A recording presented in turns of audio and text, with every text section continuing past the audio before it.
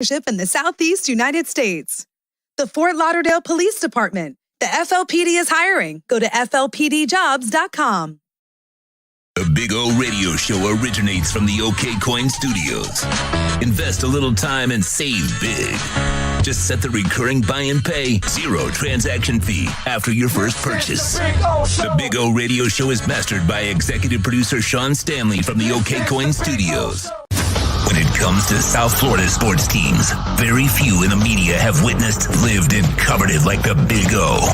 Let's start the program dedicated to your favorite South Florida teams with a passion that's unmatched. The Big O Radio Show is on. Here's the Big O.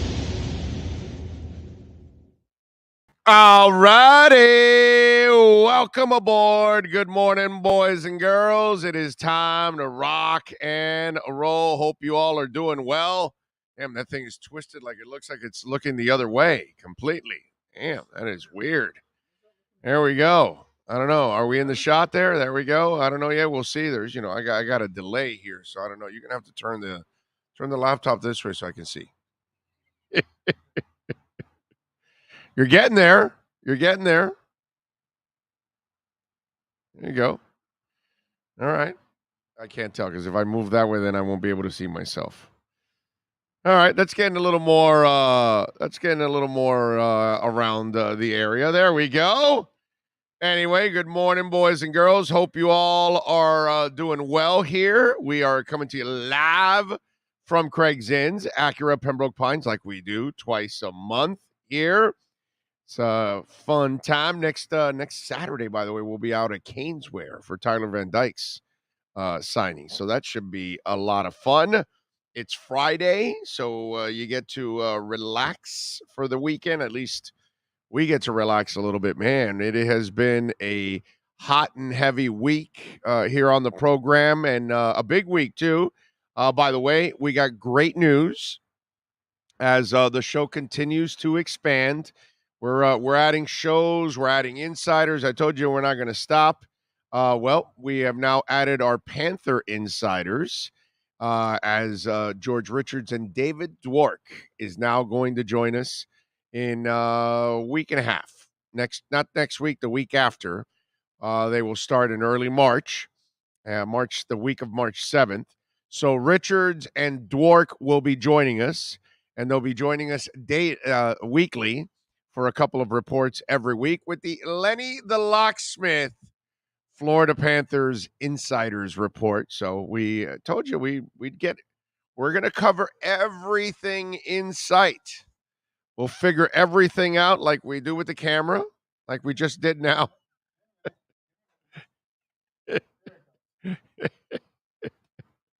So we figure everything out. No, but we're really happy. Lenny is obviously a listener of the show, a supporter of the show for a long time. He was listening to me back when I was at QAM. We met yesterday, had a great conversation over at Dandy Donuts in Pompano, which, by the way, Dandy Donuts should be a sponsor also since they get enough plugs as it is. But we met at Dandy Donuts and had a great conversation, and now they are a partner of the program. They've got 10 different locations. Lenny, by the way, you could call them at 561-284-5090 for Lenny the Locksmith. And they're all over the place. North Miami and Broward and Palm Beach. They have locksmiths in Orlando. So if Orlando's in Orlando and I have some issues, they can take care of you. But all of you listening and watching in Orlando, Lenny the Locksmith. Jupiter, Lenny the Locksmith. See what I'm saying? So they're going to lock it down with our Panther reports from here on out. So welcome aboard to Lenny the Locksmith. So now you got your Panther insiders. You have your Heat insiders. You got your Dolphin insiders. And you're going to have your Canes insiders. And yes, there's more than one. It's all there. It's just got to be finalized. That's all coming to a head, as they say. Just gotta give us some time to finish everything off. But it's going to be interesting to see when we roll around on June 14th where we started and where we are a year later when it's all said and done, because the show has grown really, really fast thanks to all of you. And you know why it's growing fast? Because we're a community.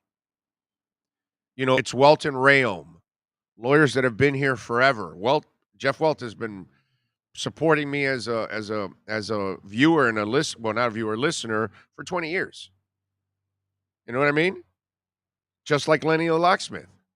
And this is why the show is growing fast and growing strong, because all of you are listening, you're tweeting it out, you're hitting the like button, you're sharing, you're visiting our sponsors, you're going to Caneswear, telling them you heard it on Big O, you're coming here, you're buying or leasing cars. In fact, we had one of our listeners. I forgot I shouldn't. I don't even know the gentleman's name at the moment, but I shouldn't say it anyway. It's not air somebody's business, but one of our listeners that mentioned us, leased a car last week here. So, it's super important that you do those kind of things. So if you need a locksmith and you call Lenny, you got to mention us. You know what I mean? By the way, also got to congratulate and thank, first of all, Al, who does a great job. One of our sales guys who does an excellent job. KSDT, the CPAs, great company. Forbes list on one of America's best accounting firms, on Forbes list of one of the best tax firms in America in 2022. They are now a proud sponsor of our program. KSDT will join us next week. And by the way, I was looking for a CPA. Why? Because I'm in crypto now. And, I've been using a guy that I have for a long time, but unfortunately, he doesn't know anything about crypto. And, you kind of need help. KSDT, they've got a crypto department.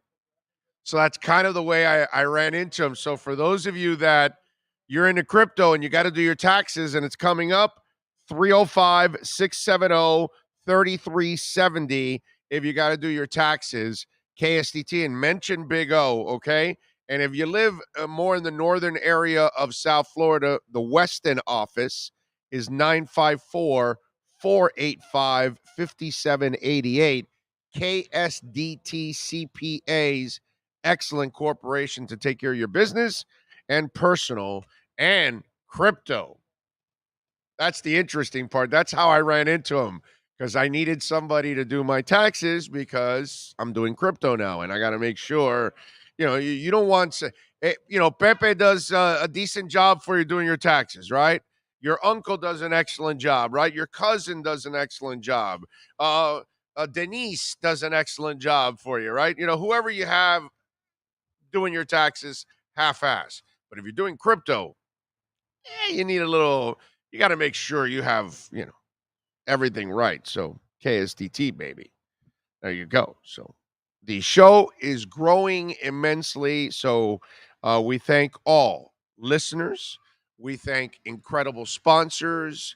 We thank all the people that are on this show, insiders, obviously, Sean Stanley, Miguel Escobar, Alfred Caballero, just some great people that are helping us out and making this thing grow every single day. So thank you all out there, man. Appreciate you immensely helping us just thrive in a big time way. So I am so happy that we have George Richards and David Dwork on board, and we get to talk some Panthers. They lost yesterday, unfortunately, to the Blue Jackets. What was it, 6-2, 5-2? What was it, 6-3? And we had two in a row, but it's like they're like 23 games over 500. I mean, relax, Yeah. Yeah, but I mean, are we just dressing guys from the crowd to play goalie? Oh, the Johansson guy, yeah, because the other kids in the minors playing every day, so they're getting him acclimated to playing every day. So they got this guy, and he's the backup for now. But I would imagine that Knight is going to be your backup. But they're up by so much right now that I think they just felt like, let's you want to stay where we are, though, right? You want to stay at the top because It's when only you two look games. at it, Relax. but Tampa's still winning. It looks like this year the Panthers are on a great roll, Right. and it looks like every other team has stepped it up as well. Of course, yeah. It's like because the Panthers had to step up to keep up pace with Tampa Bay. Now they're right there with Tampa Bay, but Tampa's still Tampa, right? So you've got to, I know, but it just seems like the NHL this year. There's a lot of maybe surprise teams, and maybe I know once you hit the playoffs, there's probably going to work itself out. Carolina's not a surprise, and the Panthers aren't a surprise. Tampa's a surprise at the top there. I'm not surprised at the top, but look how close it is. Oh, yeah, definitely. We're 11 games or 10 games now above 500, and we only have I think a 2 or 3 point. No, it's way more than that. They're like 20 games over 500, aren't they? Aren't they? Are we 20? Oh no, we're 30 something and 11. You may be right. I it's was like thinking 23 20. games. But or what I'm something trying to say stupid. is we're so far above what I thought we would be, and we're still only like 2 points ahead.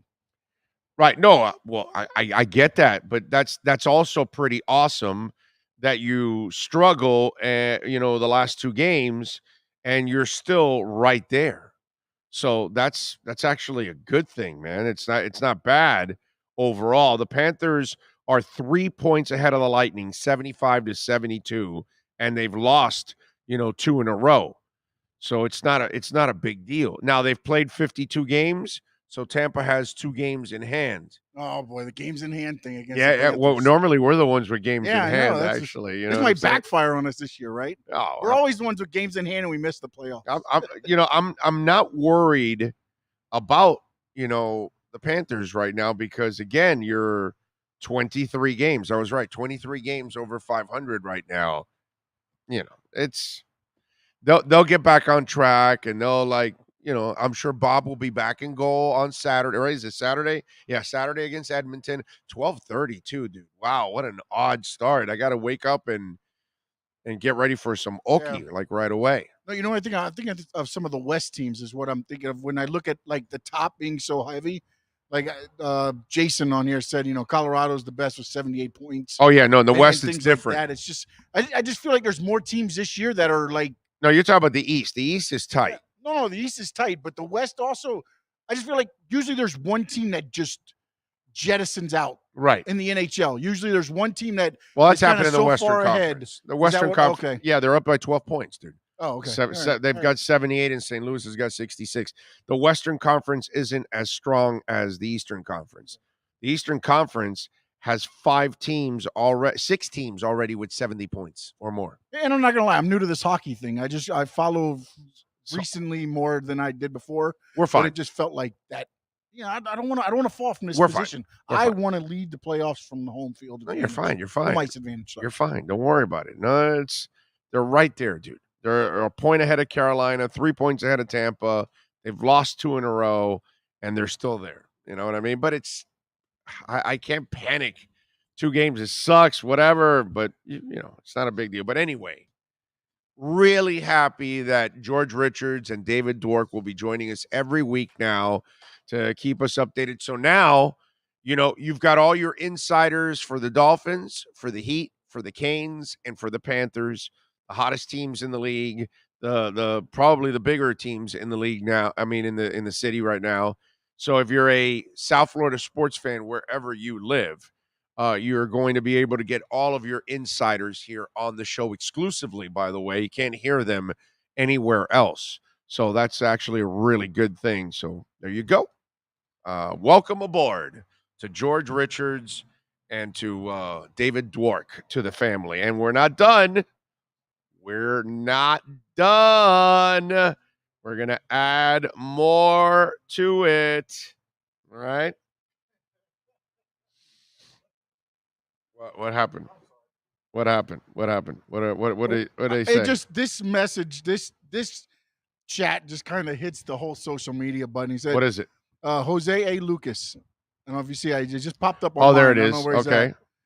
Tua just changed his IG profile pic to the throwback uniform. Throwbacks permanent this season. Throwbacks equal winning culture. But he does have a question mark on the permanent this season. So he's asking, I guess. No. They haven't. No, it's definitely not. That's not the case because there's been no announcement. And it would never happen this way. You would know about it a year ahead of time before it's even going to happen. So it would not happen just like this. You would hear about them and the changing of it and all that, and they'll tell you, and it'll be a big announcement, and they'll build it up. It won't be right now like that. I mean, listen, just like some of you nutbags that thought Bitcoin was going to go to 20,000, I hope it happens. I hope I'm wrong. I hope they do change the logo this year and they go right back to the old logo. Dude, I would love that, but that's not how it normally works. Okay? Just like, Bitcoin is now approaching 40,000 because it shot up, yesterday. Well, last 2 days. It started it started 2 days ago, and then all of a sudden it started climbing yesterday, and Bitcoin is up like, 11, 12%. What is it? Now it's 9 right now, and it's at 39,200 right now, Bitcoin. So it has shot up, man. The whole market has shot up. It's crazy. Gala Games is up 20%. That is awesome. Anybody that bought the dip on Gala Games, you did well. Harmony up 13%. If you did well by buying the dip on Harmony, Cardano is still at a steal right now at 80. It is one of the greatest steals in crypto right now. Cardano at 87 cents, man. This is why I tell you about dollar cost average. There are people, oh, no, it's going to drop to 30. It's going to drop to 30. Well, it didn't drop to 30, and I don't know if it will or not. Certainly not dropping to 20, but still, if you were waiting for a dip to 30 or 33, but you didn't buy it when it hit 37, and when it hit 36, and when it hit 35, for a hair, it hit highs 34s, but you had to be so quick, like, you had to be a gunslinger quick to get it at that point. But if you bought it there, you should be super happy. But if you're waiting for the bottom and you don't know when it is, that's the stupidest thing that you can do, because sometimes the bottom never happens. Anybody that tells you they know when a stock or a crypto coin is going to hit a bottom, or when the stock or the crypto coin is going to hit a top, they're full of crap. Nobody knows. No one knows. And I told you the hash rates are going through the roof. Miners are hodling. 60% of Bitcoin has not moved in over a year. People that are in it, they understand it. They know what to do with all the panic and everything going on. And let me tell you something. Wars, what's gone on in Canada, all of these things are strengthening why crypto is needed and why decentralization is needed. All these things are only enforcing crypto and helping and justifying the existence of it and the necessity of it. It shot up, almost hit 40. This thing is only going to go in one direction. Mexican senator just put in a bill that wants to make Bitcoin their legal tender. A senator understands what's going on in their country with their money. So why not make Bitcoin their legal tender? It's going to happen with many, many countries as time goes on. I'm not a financial advisor, just a guy that loves crypto. But I'll keep giving you the examples, and I'll keep showing you why those that don't know anything are going to be left behind. Those that do their homework and figure it out will be ahead of the curve and will be ahead of the rest of the world. You know how many, you see what's happening in Ukraine? Banks are limiting people to getting only $3,000 max. So what do you do if you have $150,000 in the bank? What do you do if you have $35,000 in the bank? Now, if you had $35,000 in Bitcoin, guess what? You still have $35,000 in Bitcoin because no bank in no country can control it. I'm not telling you to put your life savings in crypto. I'm just telling you The people in Ukraine right now, their banks are going to fold. This guy's going to take them over, and they're going to lose all their money. Decentralization, baby. Decentralization is what's going to free all of us. All right? DeFi. And the people in Ukraine right now, a lot of those people, unfortunately, are going through something that they don't deserve. And then they're going to suffer in all kinds of ways, even financially. And look at it now. If they need their money and they want to run and they want to leave the country and they have $75,000 in the bank, they can't take it out. They can only take $3,000 out. If they had it in a mobile wallet with their own keys that no one can touch, they can go to Singapore, they can go to America, they can go to Canada, they can go to the Bahamas, they can go anywhere and use their money.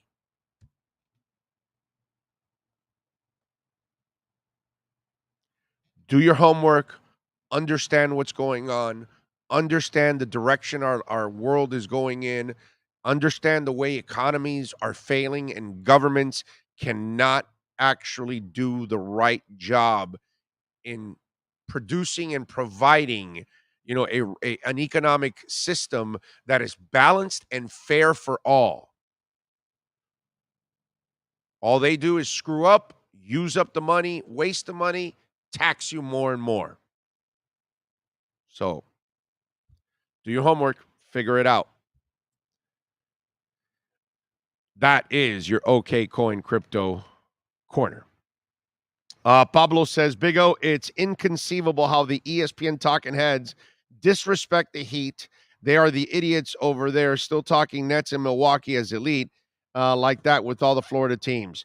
Pablo, I think, what's going on with the Miami Heat is it's interesting because there are no real sexy superstars on this team, right?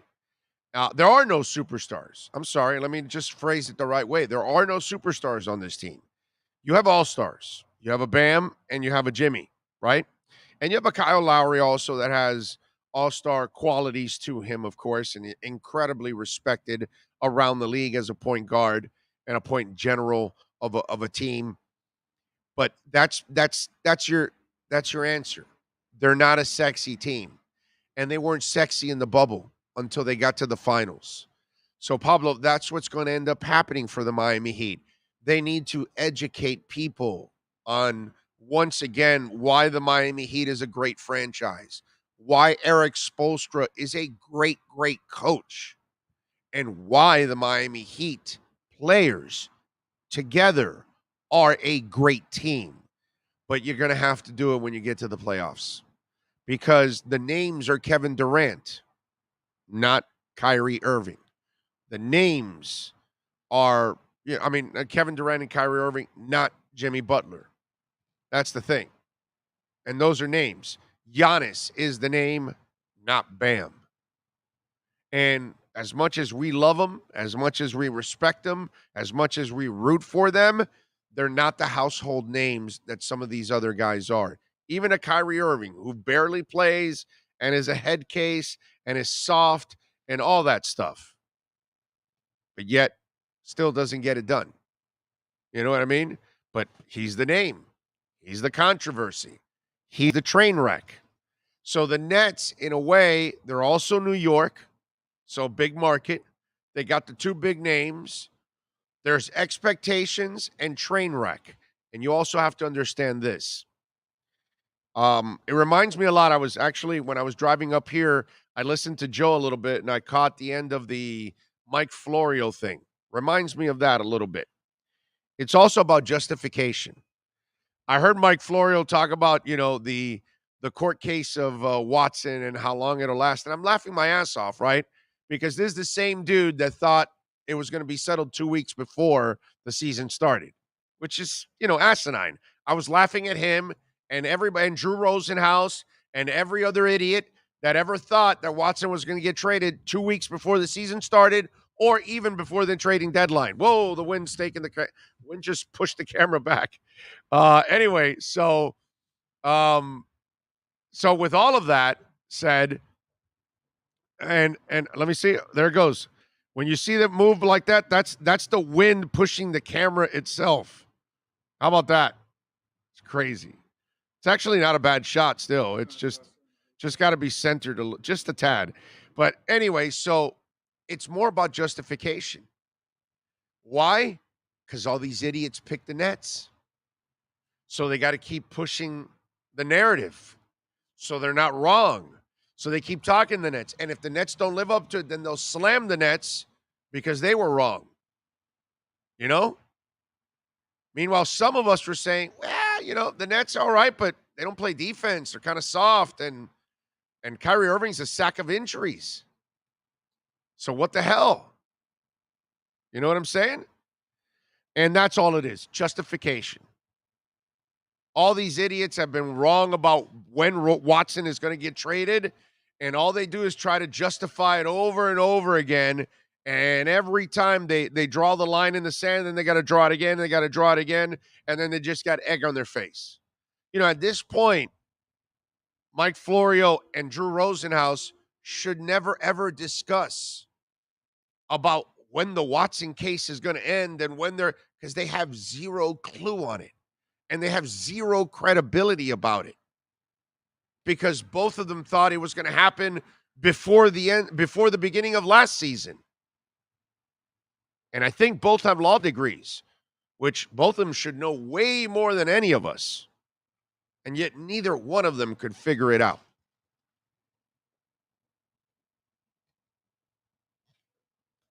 Anyway.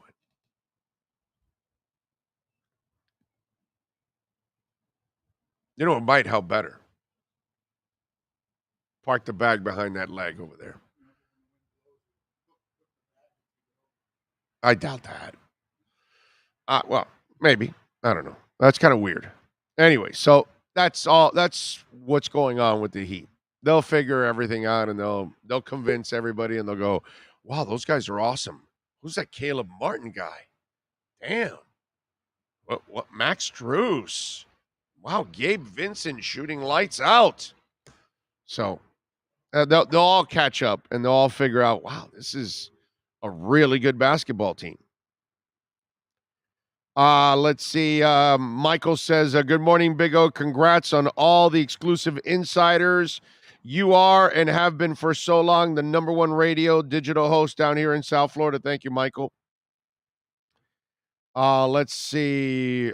Been to Medellin many times. It's awesome over there. There you go. There you go. We know what you're doing in Medellin. We know why you're going. Let's see. Jonathan Jensen says, are you into any crypto nodes projects?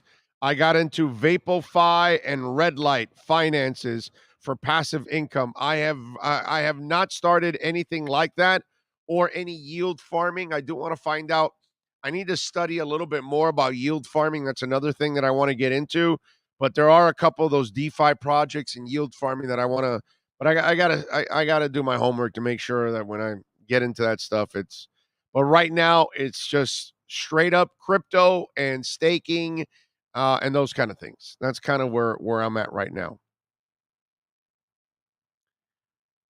Let's see. Dougie Fresh says, so when you coming out with the Big O Lucha Libre mask? Very soon. Very soon. That'll be part of our merchandise. We'll have a Lucha Libre mask. We'll have an Andy Reid wrestling mask. He is. There you go. Now the New York City mayor is saying that the mandate for vaccinated players will be lifted soon, allowing Kyrie to play in Brooklyn. That's nice for him. I don't really care.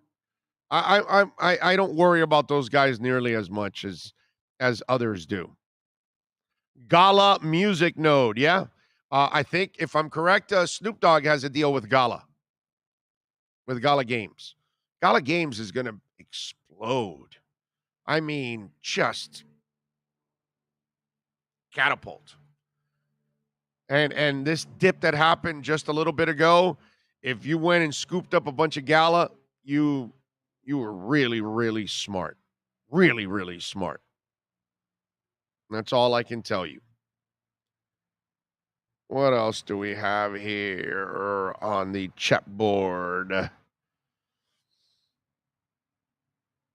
Oh, yeah, it's sad.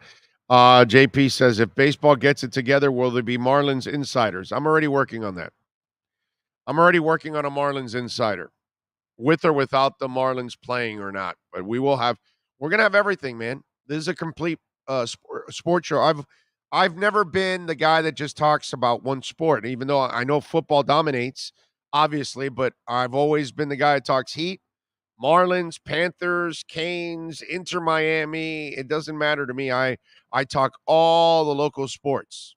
Doesn't matter. Hell, I used to go cover some soul games too. You know, anything local, I am all for it and all supportive of it. Always have been, always will be. You know who I'm also supportive of? The Miami Heat and my man Ira Winderman and our Acura Pembroke Pines Miami Heat report. That is next. Heat fans, time for the best insight of your favorite team with insider Ira Winderman, exclusively on the Big O Radio Show. It's the Acura of Pembroke Pines Miami Heat and NBA report. Here's Ira Winderman. All right, there he is, the man, the myth, the legend. That is Ira Winderman. How are you doing, sir? Good morning. I am doing well. I'm like everyone else. I keep getting these teases about Victor Oladipo and Markieff Morris, and you think you're tantalizingly close. You know, it's almost like when you're dating someone and you realize tonight could be the night, so you splurge for the big restaurant meal, and then you're left with a peck on the cheek at the door, and that's it. Every time they take another step, you're going, okay, this is it. This is it. I call my editors, my desk. This could be the day. And then Eric Spoelstra says after practice, yeah, not quite yet against the Knicks tonight, but oh, it's coming. And when that happens, the roster questions you and I have been going over for weeks, I think will all come so much closer to resolution because you add Victor Oladipo, you add Markieff Morris to the mix that's already successful, you go to an entire another level. Yeah, no, I'm with you, especially with the depth. It'll definitely add. Markieff will add a little. I mean, it's. I'm not sitting here getting all excited that much about Markieff. It's nice. It adds a little depth. I think the real intrigue comes with Oladipo because again, we don't know who he's going to be, if he's going to resemble the guy that of a few years ago. I did like that, in reading the stuff that you guys are covering, I love that they're going through the process now of him beating up his body every day and see how he reacts to it. And is he fine the next day and those kind of things. And, what Spo saying, we're not looking at how he shoots the ball no, we're looking to see how his body responds to the pounding and everything else on a night in and night out basis in practice. And it's interesting, because as much as Eric Spoelstra ruled out Markieff Morris and Victor Oladipo for tonight here in New York, it's a back-to-back. And you have a Spurs, a lesser team tomorrow at FTX Arena.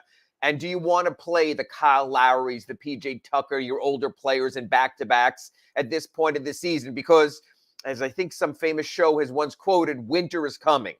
And when you look at the schedule next week, you have the Bulls at home on Monday, at Milwaukee on Wednesday, at Brooklyn on Thursday, home to the 76ers on Saturday. You have big seeding games coming up.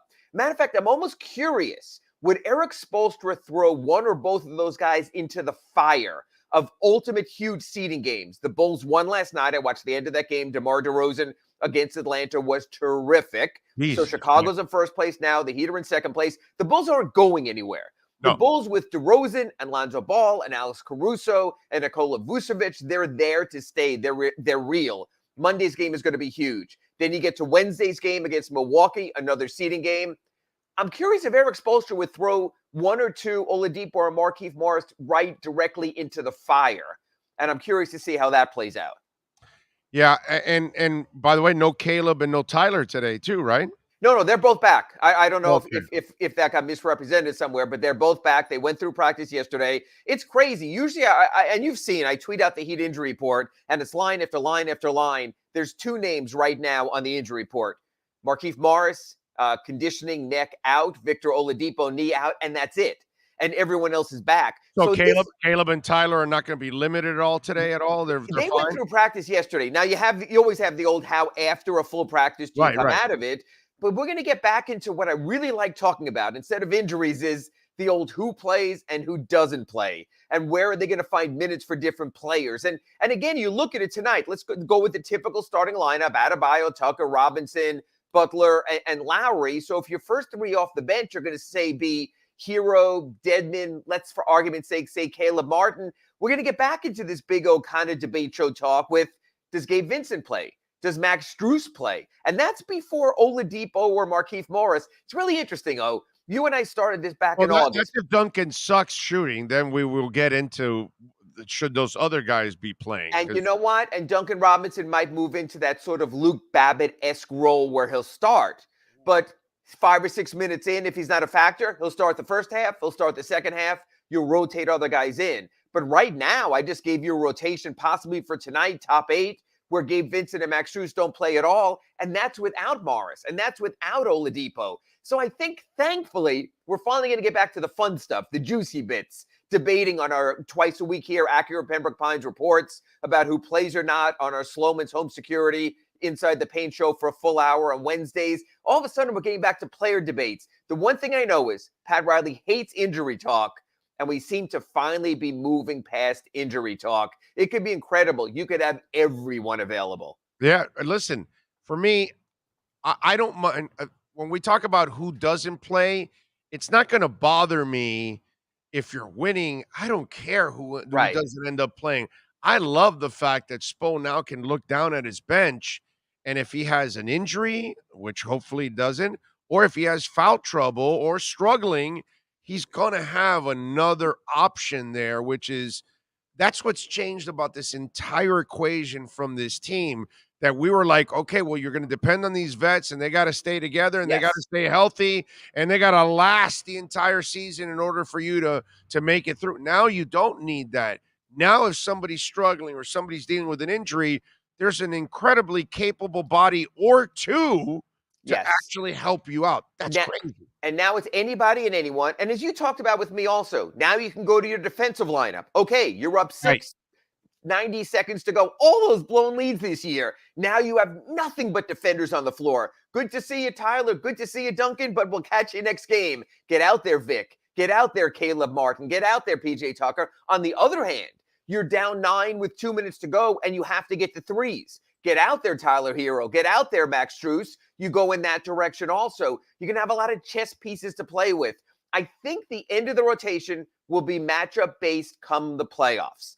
And I think then you'll be able to say, okay, we need defenders here. We're going to spend 18 fouls on James Harden. All of you guys roll out there, but don't let him get up for a 3. Don't let him get to the rim. That's where it gets interesting. So it's just really fun to watch. By the way, I get it. We get into all the nostalgia. God, the Goran Dragic thing. Miami didn't need Goran Dragic. And let's be honest, he's not a guy that's been dependable the last couple of years. I get the nostalgia and all that, and he's such a good dude. Yes. I mean, please give me a break, dude. That wasn't a guy you really needed. And right now, I'd rather have Gabe Vincent and Caleb Martin. And that's fine. Yeah. You could have had both. There's an open roster spot, Big O. You can never have too much talent. You can never not have a moment where you could use a little bit more. So let me ask you this. You have an open roster spot right now. They're going to let Hayward Highsmith go. His 10-day expires after today. So the thought is, okay, maybe a little more depth at power forward. But if Keith Morris comes back, I think I want my depth as the next best player, regardless of position. Because, the one thing you can't, Orlando Alzagari here on the final Friday Accurate Pembroke Pines report for the month of February, tell me, is someone's not definitively going to get injured. So I want next man up. Look, God bless Kyle Lowry and is 35 years old and what he's done. But he could get injured. That's why Goran would have made sense. Look, that's why the Nets got Goran Dragic. They got Goran Dragic in case Kyrie Irving can't play home games, or in case he wigs out even when allowed to play home games. They got Goran Dragic because what if Ben Simmons refuses to look at the basket in a Josh McRoberts-like style and just looks to pass the ball every time? I You get that. build your depth through that. So that's why I thought Goran would have been fine. Until you can tell me a 15th man, a last guy on this roster they could add, who would be better, I'm all about just get the best available Oh, yeah. talent, make it work from there. I totally understand that, but let's not make it sound that it's a huge loss. It's not No, a huge it's loss. not. And the one thing people are telling me and Ask Ira at sunsentinel.com is you have to play defense. You have to get Goran so the Nets don't. You have to get the, Goran so the Bucks don't. You know what? You're ahead of both of those teams in the standings. Either you're confident in who you are and what you are, or you don't deserve to be there. You have to thump your chest a little. You have to say we're in first place, or we're half a game out of first place. We're the better team. If you don't go into a playoff series with that attitude, you get in trouble. I think that might have been the attitude they went in last season against the Milwaukee Bucks, and they got everything handed to them in 4 games. All right. Heat right now, when you look at the back-to-back like you were talking about tonight, is this one of those where you kind of pace a Kyle Lowry on a back-to-back and what's it called? Use more, because these aren't the Knicks, by the way, have a bunch of injuries themselves also. So the Knicks and the Spurs, these aren't tough teams. So you talked about that rotation, about some of the guys that can't play because it's a back-to-back night. I would imagine that he is going to use some of those guys, so you don't put all the weight of the world on the older. He's hopeful of using. The one thing about Eric Spoelstra, it doesn't matter who the competition is. He tries to win the first one, worries about the second one after. You have the travel coming home, probably not getting home till 2, 3 in the morning. It's a national game. ESPN as well as Bally Sports Sun might be a little bit longer. What they need is one of those Heat games we keep seeing. You and I are watching, and they're up 15 going into the 4th, and Jimmy is sitting, and Bam is sitting, and Kyle is sitting. And they've got to keep their goddamn butts on the bench and not let it become that 6-point game. Get back in there, Kyle. Get back in there, Jimmy. Get back in there, Bam. That's what you need. Then you can make your decision. So rather than me sitting here and saying they're going to play these guys tonight and not these guys tomorrow, I think in Eric Spoelstra's perfect world, no one plays more than 32 or 36 minutes tonight among his older players. Play as much as you need, maybe only 24 Saturday against San Antonio, get both of the W's, and then get ready for Hell Week, that schedule of Bulls, Bucks, Nets, Sixers. It's going to be fascinating. You want to be rested for that more than you want to be rested for the Knicks or rested for the Spurs. What are you working on the Sun Sentinel so folks can check you out? Just posted a story at sunsentinel.com how Kyle Lowry has made Jimmy Butler's life so much easier, that he doesn't have to be the be-all, end-all, that last season he was the point guard and the scorer and the go-to guy and the post-up guy, and just the chemistry between them. And just when you think you're about to get angry Jimmy and he's going to lose it, Kyle gets angry for him. So he saves the problem for Jimmy Butler. And the lead of this story, the top of the story I wrote about was this. It's a very dangerous precedent in the NBA when you let the inmates rule the asylum. And the perfect example right now is the Lakers with LeBron James, where he asks for everyone to be brought in, and then he complains when everyone's brought in that he asked for. So there was a real risk when Jimmy Butler clearly went to management and said, this 35-year-old point guard is the godfather of my daughter, and I want to play with him. And there's a risk. Do you accede to your players and run that risk of getting into trouble, or do you build your team? This is one of the rare cases the players said, Jimmy vowed, I will make this work. And Big O, I don't think anyone could argue otherwise that Butler and Lowry has turned into an absolute winning combination so far this season. Now, you can do that with Jimmy because of what he had just done with all the other players on the team and his young guys. Because since he got here, he wasn't the guy like, okay, I got the money. It's my team now. I'm taking all the shots, and I'm Russell Westbrook, this whole damn thing. Yeah, sure, I'll give you assists and all that, but I'm going to score when it counts or when you need it. I'm going to be the guy taking it. He never has done that. He's always been about the team, and he's always understood, I need to elevate Tyler if I'm going to be better. I need to elevate Bam if I'm going to be better, and all of those things. So when he comes to you and he says, I'll make it work with Lowry, you're going to say, well, of course you will. You've made it work with everybody else. So he kind of gave you a track record leading up to that decision for the Heat. And I think he made it easier for the Heat with his behavior and his leadership. And he didn't run anyone out of town in the process. This wasn't Minnesota or anything else. He loved Goran Dragic. He never said, you got to trade Goran to get Kyle. It was just the salary that worked. Right. Precious Achiuwa barely got started here. He didn't run Precious Achiuwa out of town. He was the cost of making the trade. That's the difference. So none of the guys are looking. A lot of times what happens is when you bring in your guy, and let's face it, Russell Westbrook was LeBron's guy. And the rest of the Lakers are like, wait a minute. He drove Harrell out of town. He drove Kuzma out of town. He drove Caldwell Pope out of town. Am I the next one LeBron's driving out of town? That's the difference. He told management, get Lowry done however you can. I'm not saying you should get X, Y, and Z out of here. And that was the biggest difference. And that's why it's worked so well. Now, I remember when Jimmy signed the extension. I remember when Kyle signed the extension. And you said to me on one of her accurate Pembroke Pines reports, you said to me, wait till they're 35, 36. Wait till the end money. So folks, enjoy the early money in those contracts because I make no guarantees 2, 3, 4 years down the road what it might look like. But that's your Heat. That's your Pat Riley living in the moment. Yeah, no, but that's fine. But if Tyler continues in his development, sure, and so does Bam, and if you start to find something in Caleb that's a long-term type of thing, the now I start to look at a little bit of the the gold at the end of the rainbow here, Sure. where some of these young guys become long-term guys also.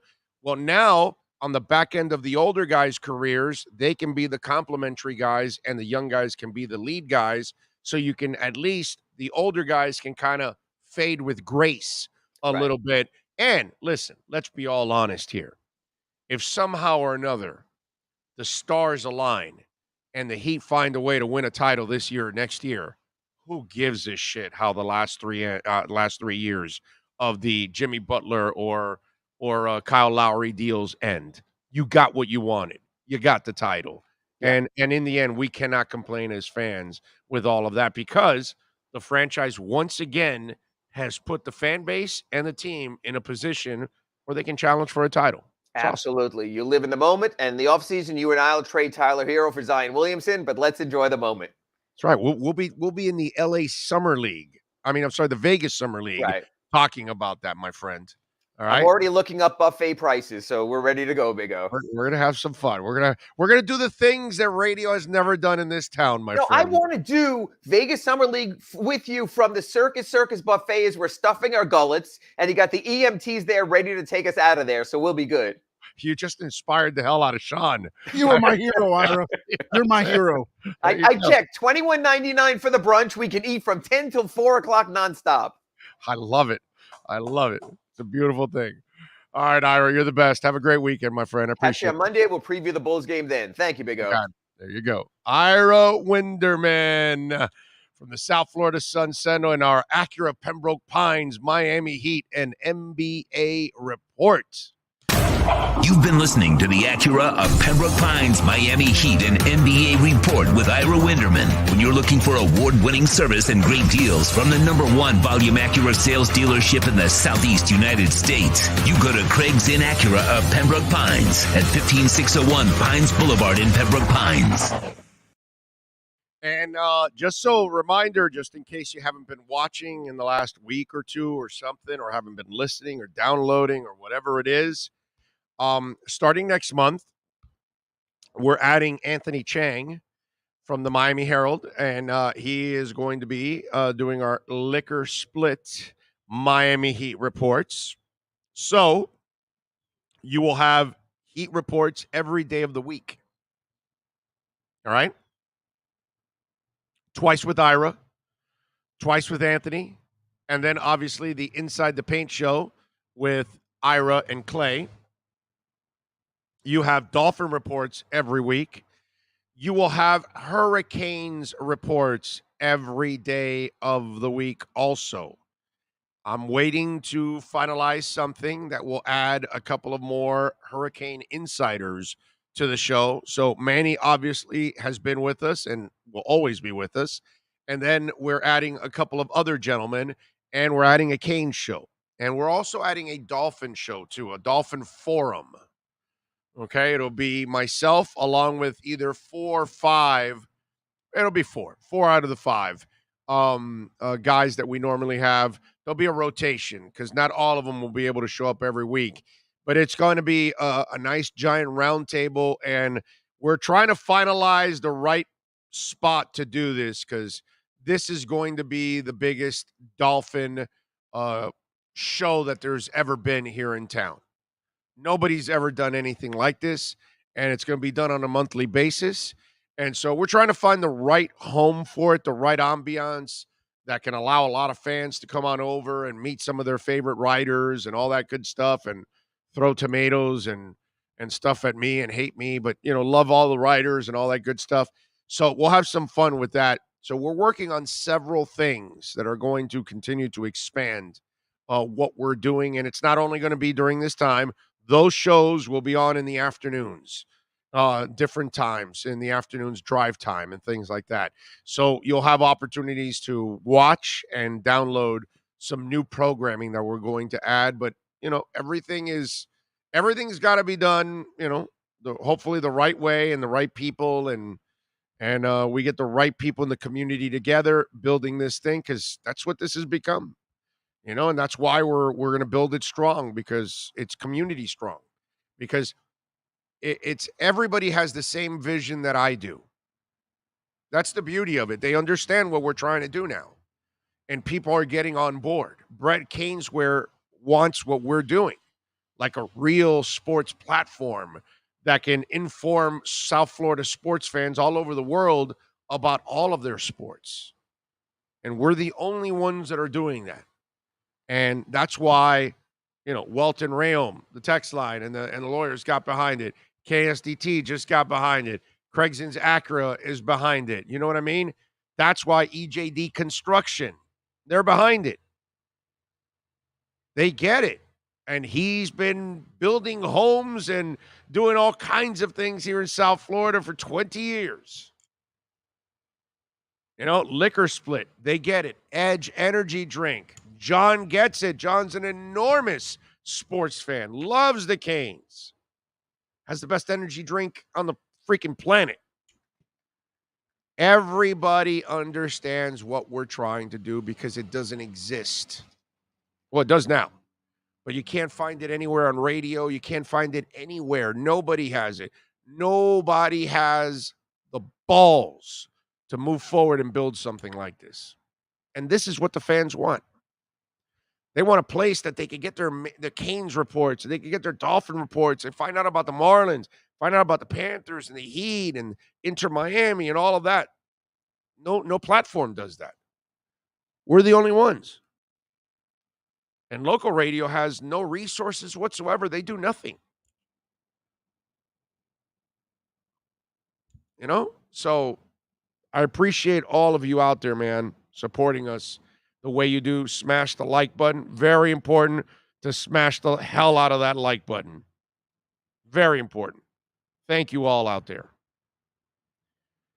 All right. Charles says, yo, Sean Big O, it's Charlie from the Bronx here. It was great meeting you guys last Friday at Slattery's. Thank you, Charlie. Appreciate you. Good to see you, my brother. Look forward to seeing you again. Jason Dow says, Big O, do you see a way to have a virtual wallet for your actual money, or they can be used for crypto? Oh, it's going to happen. The U.S. dollar will go digital. And that's what will happen. They will have their own digital currency. They will be on the blockchain eventually. It's going to happen. It's all.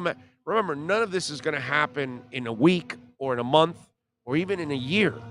It's going to take a couple of years to develop everything so the entire ecosystem grows out. So you're able to do everything from daily transactions to business transactions to taxes to government to everything that you've got to do. Eventually, it'll all grow together, but that kind of stuff takes time. Big O, good morning. Riding around with my windows down. I am staking cake, baby cake, Libero, at 158 APY. So why sell oil high and inflation kills my cheque? Compound interest. Amen. Don't know too much about baby cake, but I know about cake. Let me see. What else do we have here? Big O, don't forget to click the thumbs up to like, everyone, says Mike Monahan. Thank you, sir. Thank you. Dennis says, I hope this year is set up for the Dolphins to bring in better talent, even if it means a quarterback if Tua does not work out. I get it. You don't want Tua. Got to get Ira a Panthers jersey. That Rangers jersey looks fugly. Well, he's a New York guy. He's a Rangers guy. What can I tell you? Can you explain DeRozan has become a superstar after being a very good player at age 30-something? I cannot explain it, but he has gone all out, bro. God bless him. And never a three-point shooter, which those are the things that are weird in today's basketball, right? And the guy has just exploded this year. What else do we have here on the chat board? That's it. I predict Purdue will win the NCAA championship. It's pretty good that you're even watching college basketball that deep to even pick Purdue. I gotta give you credit there. I certainly don't follow it that much. I have lost so much interest in college basketball. Bitcoin, by the way, is at 39,584 right now. Panthers lost to the Blue Jackets 6-3. Jonas Johansson, the 6'4" Swede between the pipes, gave up 5 goals last night. Barkov did have 2 assists. Hubie had a goal and an assist. They're back in action tomorrow at 12:30. So remember, you got to wake up and, in a little bit. Well, it depends. Maybe some of you will wake up around 12 or 12:30. God bless you if you can stay in bed that long. I cannot stay in bed that long anymore. It just, my body doesn't allow it anymore. It's weird. I could be in bed at 12:30 if maybe I went to sleep at 6:30 in the morning. Dougie Fresh says, serious question. Dougie Fresh has to put a serious question in front because it's really never serious when he's asking. He says, what about a music-specific part of your show in the future? What about a cooking segment with Sean? Why won't the cooking segment work? Because you'll eat it before it's cooked? Yeah. Okay. Yeah, it's never going to make it. Now, he hit on something. I'm already working on a music segment. I'm working on the sponsor and everything. So, yeah, it's I don't think you guys realize how much I need, like, 8 pills of Nature B every day. No, seriously. Thank the Lord for the Nature B for a little energy. I don't stop. We're looking to add some music because remember, those of you that may, if you've been with the podcast since the beginning, we were going to add something called the sound check before the pandemic. We're going to do the Big O show, obviously, and then we're going to do something called a sound check. I still am going to do something related to the sound check, but again, we're not there yet, and to what I want to do. But yes, I want to work on a music segment. I've been working on it, and I'm trying to see how I incorporate it. It may not necessarily be directly during the show. It might be on an off time. And the beauty of YouTube is that we could just go live anytime we want. And then the notifications go out. That's why we always tell you to hit the notification bell and subscribe so you always know what we're doing when we're doing it. Okay? Because in the future, not all the action is going to be at 10 in the morning or 9 or 8:45 in the morning. There's going to be stuff now that you're going to get down the line that is going to be in the afternoon, drive time, and maybe even in the evenings also. So, yeah, I'm working on all kinds of projects. So we will see. It's hard, man. It's hard when, it's, I am just one human being. Okay. Let's just put it that way. Do you think the Hurricanes will make the big dance this year? Yeah, of course they will. There's no doubt in my mind they'll make the big dance. Yeah, man. Hunter Butler, thank you, sir. How'd it go with Lenny yesterday? Well, he is the proud sponsor of the Panthers Insiders every week. They will start in a week and a half. Lenny the Locksmith, baby. So there you go. Call Lenny the Locksmith, 284-5090. Just want to make sure you guys know about Lenny the Locksmith. And also, make sure you tell them that you heard it on the Big O Show. So if they've got a location in Port St. Lucie, they've got a location in Phoenix, Arizona. Yes, if you're listening in Phoenix, Lenny the Locksmith, tell them Big O Show. Jupiter, Tampa, Sunrise, Hollywood, North Miami, Orlando. How about that? So they're all over South Florida. Anywhere in South Florida you call, and some of the other cities outside of South Florida, like Orlando, Tampa, and what's it called? What was the other one? Phoenix. That's it. Phoenix. All right. So Lenny the Locksmith is all over the place. And if you check out any of the locations and you need it, make sure you tell them that Big O sent you. Very, very important. Any new segments for the Panthers in the future? Andres, I just talked about it, bro. Twice already. Yes. George Richards and David Dwork will be on every week with Panther Reports. Okay? No show is more complete than this show right here. Okay, what else do we have here that I want to talk about on the program? Let's do this. Let's take a very quick break. Let's get ready for hour number 2. We're coming to you live from Craig Zinn's Acura Pembroke Pines, 15601 Pines Boulevard, just off of I-75 in Pines. Come on out here, man. We got a great selection of brand new and certified pre-owned vehicles. Come see Larry Schlossberg and the great people out here. They've got a sales department that's second to none. They've got a service center, Jordan Ferber. I'm telling you, good people. They will take care of you. Craig Zinn's Acura of Pembroke Pines.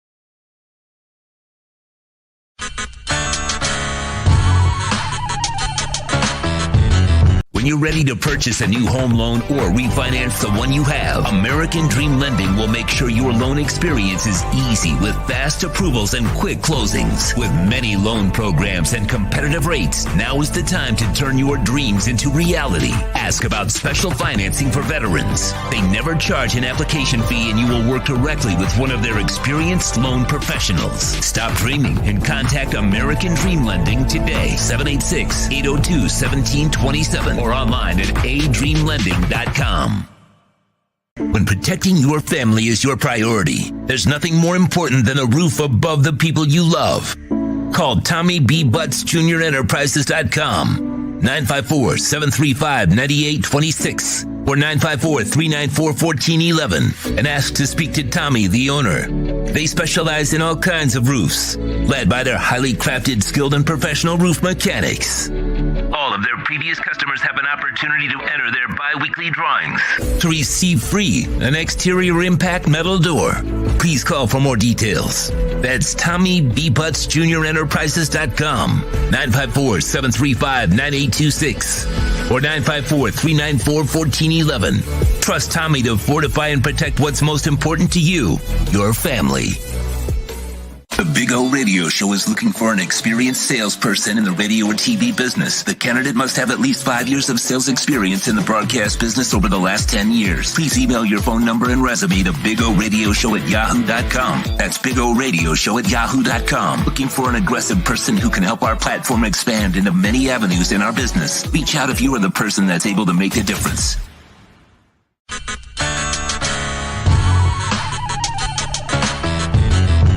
The viewpoint, statements, or beliefs expressed on the following program by the host, guests, or callers are not necessarily the opinions of FantasyAccess.com, Media Group Inc., ownership, management, sponsors, or website.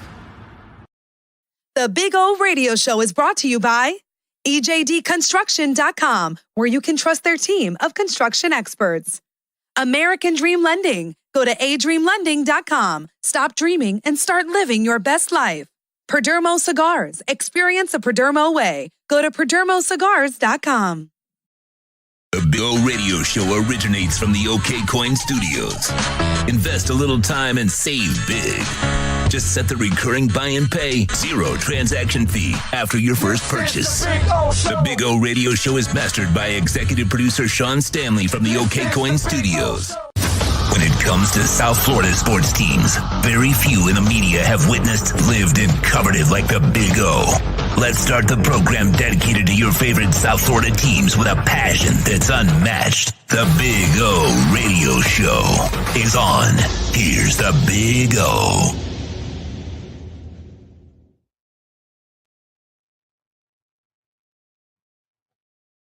All righty, welcome back. We take you, of course, till 1 o'clock. Hope you all are doing well, as always. Appreciate you.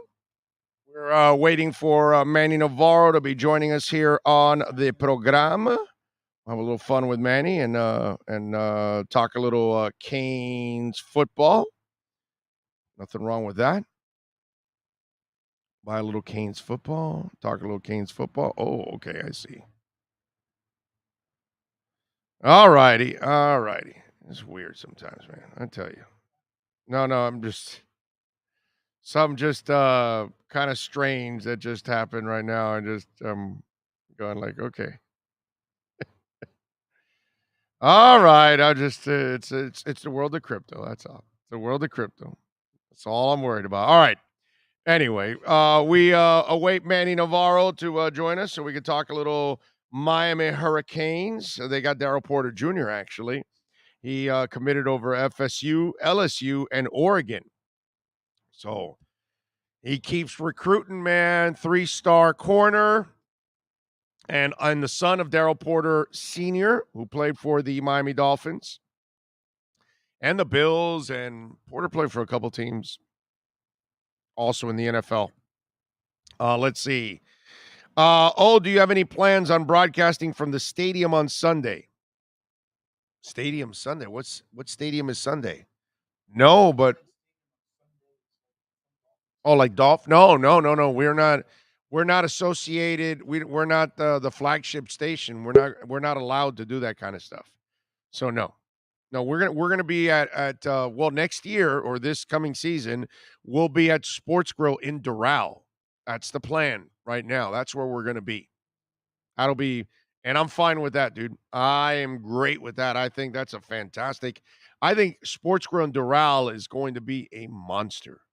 Seriously, can't wait for it, man. All right, let's rock and roll. Oh, there's Lenny the Locksmith, West Palm Beach, says, thank you, Big O. It was my pleasure meeting you and being part of the family here. Well, welcome to the family, Lenny. We appreciate you, my brother. Thank you. And it's great to add the Panther Insiders now to the show. We will be adding more insiders, too, and the family will be growing. And thanks to people like Lenny and so many great sponsors like Caneswear, who has our Caneswear Miami Hurricanes report. If you're a Miami sports fan, then there's only one store to go to, and that's Caneswear at Miami Fanwear in Davie. They're your one-stop shop for all your Inter Miami CF, Canes, Dolphins, Panthers, and Marlins merchandise. They have hats, t-shirts, game day jerseys, and so much more. Located at 2511 South University Drive in Davie, and open 24/7 online at caneswear.com or intermiamiwear.com. Call them at 954-835-5597. Caneswear, the spot where Inter Miami and all Miami sports fans shop. The viewpoint, statements, or beliefs expressed on the following program by the host, guests, or callers are not necessarily the opinions of FantasyXS.com, Media Group Inc. ownership, management, sponsors, or website. Time for Canes fans to get what they want. Information, insight, and perspective. It's the Caneswear Miami Hurricanes Report with Manny Navarro, exclusively on the Big O Radio Show. Here's Big O and insider Manny Navarro. Friday, you want dedication? Uber Beaner is on vacation, and that's dedication. And he's at Mazatlan, Mexico, and he says he's still enjoying the show. Love you, brother. Well, we love you, Uber Beaner. Thank you, sir. He's vacationing and still watching the show. That shows you right there, dude. How about that? And there he is, the man, the myth, the legend that is Manny Navarro, ready to rock and roll. Manny, are you going to join us next Saturday at Caneswear? Because we're going to do a special Saturday show at Caneswear on Saturday next week. Do you know why? Well, I think Tyler Van Dyke's going to be there, isn't he? There you go. Oh, my man. Tyler Van Dyke is going to be doing a signing starting at 1 o'clock. So we're going to get off the air by 1 o'clock because, it's just going to be a nut house there. But for all of you out there that are getting tickets and are going to go see Tyler Van Dyke, we're going to, do our thing. So if you want to switch your Friday hit to Saturday and come on by and, say hi to all the great fans out there and do a little Canes hit at Caneswear, you're more than welcome. I just want you to know. Well, I appreciate it. I unfortunately I have a conflict of interest. It is my nephew's first birthday party, and we're driving up to Jacksonville Friday night to be there. Be up there with my brother. That's where he lives. He lives up in the St. Augustine, Jacksonville area in St. Johns County. So yeah. So it hurts. It hurts for me to say no because I want to be there and interacting with the fans and TVD, see him who I've had on the podcast before. Cool dude. I like hanging out with TVD and talking to TVD. So unfortunately, I'm going to be out of pocket, but I will be available that Friday before I leave for St. Johns County. Okay, so I'm going to give you this on Tuesday. Okay. And then I want you to bring me back some Fountain of Youth since, right, St. Augustine, right. Okay. By the way, that tastes like shit. Did you ever try it? I have not, no. Yeah. Well, I tried it like in the 70s. Okay. So I can't imagine what it tastes. I don't even know what it tastes like now. I don't even know if it's still, right, available. I don't even know if it's, still shooting out water from that hole that they had there. Right. They used to get a little cup and then, they'd hand it to you and you taste it and you're like, what the hell? It's terrible. It's like you feel like, wait a minute, am I in Mexico? Am I about to get sick or what? It's just one of those deals. Not tasty. No. Yeah, no, not tasty. So just in case, if you get these smart ass ideas and you want to go find out about the Fountain of Youth, don't try it. I'm just telling you. All right. I will not. I will take your recommendation wholeheartedly. I will look out for you on that one. I will definitely protect you. All right. You talked about it last time. It happened already. Daryl Porter Jr. Yeah. He passes up FSU, LSU, and Oregon and chooses Miami. Yeah, not really a surprise, after I called his father on Wednesday and talked to him for a while, it just made sense. Jamil Adai was Miami's new cornerback's secondary coach, rather, was his coach, his freshman coach at West Virginia. So coming home, getting an opportunity to compete for a starting job opposite Tyreek Stevenson. West Virginia lost a lot of guys in the offseason. They didn't have a very good year, and the other starting corner left. They were 6-7. I think, coming home, having an opportunity to play under Mario Cristobal, the excitement of the University of Miami program. And the reality is they didn't really recruit him the first go around. Wasn't like they really pursued him really hard when Mike Rumpf was the DB coach. So I think, this is an opportunity, a second chance for Miami to make good on this kid. And to me, he's going to be right there with DJ Ivy and Al Blades and Marcus Clark and Torrey Couch. All of those guys. It's going to be a good position battle in the summer and the fall once he gets into Miami. And by the way, Eddie Lepp says, I live up here in St. Augustine, still here, still tastes bad. Glad we got listeners helping us out here, brother. There you go. There you go. Rich V says, Eddie, Daytona here. So there you go. That's the beauty of this show, dude. Like the love is everywhere, bro. Yeah, man. Everybody locally, tunes in. statewide, nationally, internationally. It's all over, bro. It's sick how the crowd is just growing. Manny, we're up to 80,000 downloads a day. That's unbelievable, brother. I mean, that's just a testament to your hard work and your excellence for doing this for as long as you have, and then changing mediums. Let's face it, right? I mean, being on the radio for all those years and then reestablishing yourself in this new era of if you don't change with the times, bro, the times will run right over your ass. That's what I've learned. And when social media became a part of our business, I knew right away you had to be a part of social media. If not, you're going to fall behind. And a lot of people you saw in our business did not keep up with social media, and that probably hurt them in their growth in this business. You know what I'm saying? And they probably couldn't grow because of that. And then now this is the wave. It's not radio, and traditional radio TV is dying. Yeah, like dying on the vine. And so, yeah, man, if we don't change, but we're blessed, man. We're blessed that we're able to change and able to create. I think what we're doing now, dude, and now that we added the hockey guys now on top of all of that, it's just the programming is becoming just complete now. You know what I mean? The South Florida fan, wherever they live in the world, they can just tune into the show, and they know they're going to get all the insiders on. It's awesome. Yeah. No, you've done a phenomenal job, brother. And the reality is to make it on demand, right? Like to upload these videos on YouTube right away, have them easily downloadable, right? It's your brother there who does all that work. Sean, I mean, yeah, I think the reality is that's what you need to have nowadays to be successful. I talk to journalism students at UM. Michelle Kaufman invites me to her class every year to talk to them. Me too. Yeah, and so my message to them is always, hey, be good at everything, man. Don't just be good at writing. Don't just be good at broadcast. Don't be good at radio. If you want to make it in this business, man, you got to know it all. And that's what I try to tell them. And I was one of the first young journalists in this city who grew up sitting next to Edwin Pope at football games, realizing that, putting myself in the position I am now. And so I tell them, hey, you want a blueprint? Do that. Be good at everything, study everything, and make friends because they'll help you. The good people like Big O are going to help you get to where you want to be. Yeah, well, we try, and hey, I get helped. I help others. So that's kind of the way it is, man. You have, that's the only way you're going to survive, dude. Really, in the end. And I tell all the people over the years and that being in this business, when they come in, I say, be a sponge, man. Learn everything in the business, because everybody's so quick to want to be behind the mic and do a radio show. And yeah, okay, a lot of people can do radio shows, and everybody has an opinion, bro. But learn about everything else. Right. Learn about the business side of it, which is the reason why we're able to do this is because I also understand the business side of this. We have a lot of people that get into this and they have no idea about the business of radio. And so then they really have no concept of what's going on. And so they're not able to do something like this. They might be able to create a talk show, but they may not be able to do the business model of it. And that's really the challenge of it. But hey, listen, in the end, I'm just glad that, Odyssey's in town and they don't care about radio. And now I get to take over and put this thing together. And now all of our media friends are all benefiting from it, which, you know what? That's all that counts, dude. That's it. Yep. Let's rock and roll with it. All right.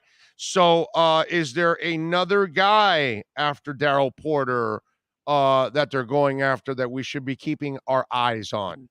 Yeah, there's a defensive end. Well, he's an outside linebacker edge type guy out of UCLA who started, I think, 15 games of the last 2 years. Mitchell Agood, he's 6'4", 245. I think he comes here and he sort of stands up and rushes the passer if he comes to Miami. But he's another one. He's one of four finalists. Miami's one of four finalists. Oregon, Tennessee, and Washington are the other schools. I think Miami feels good about their stance with this kid.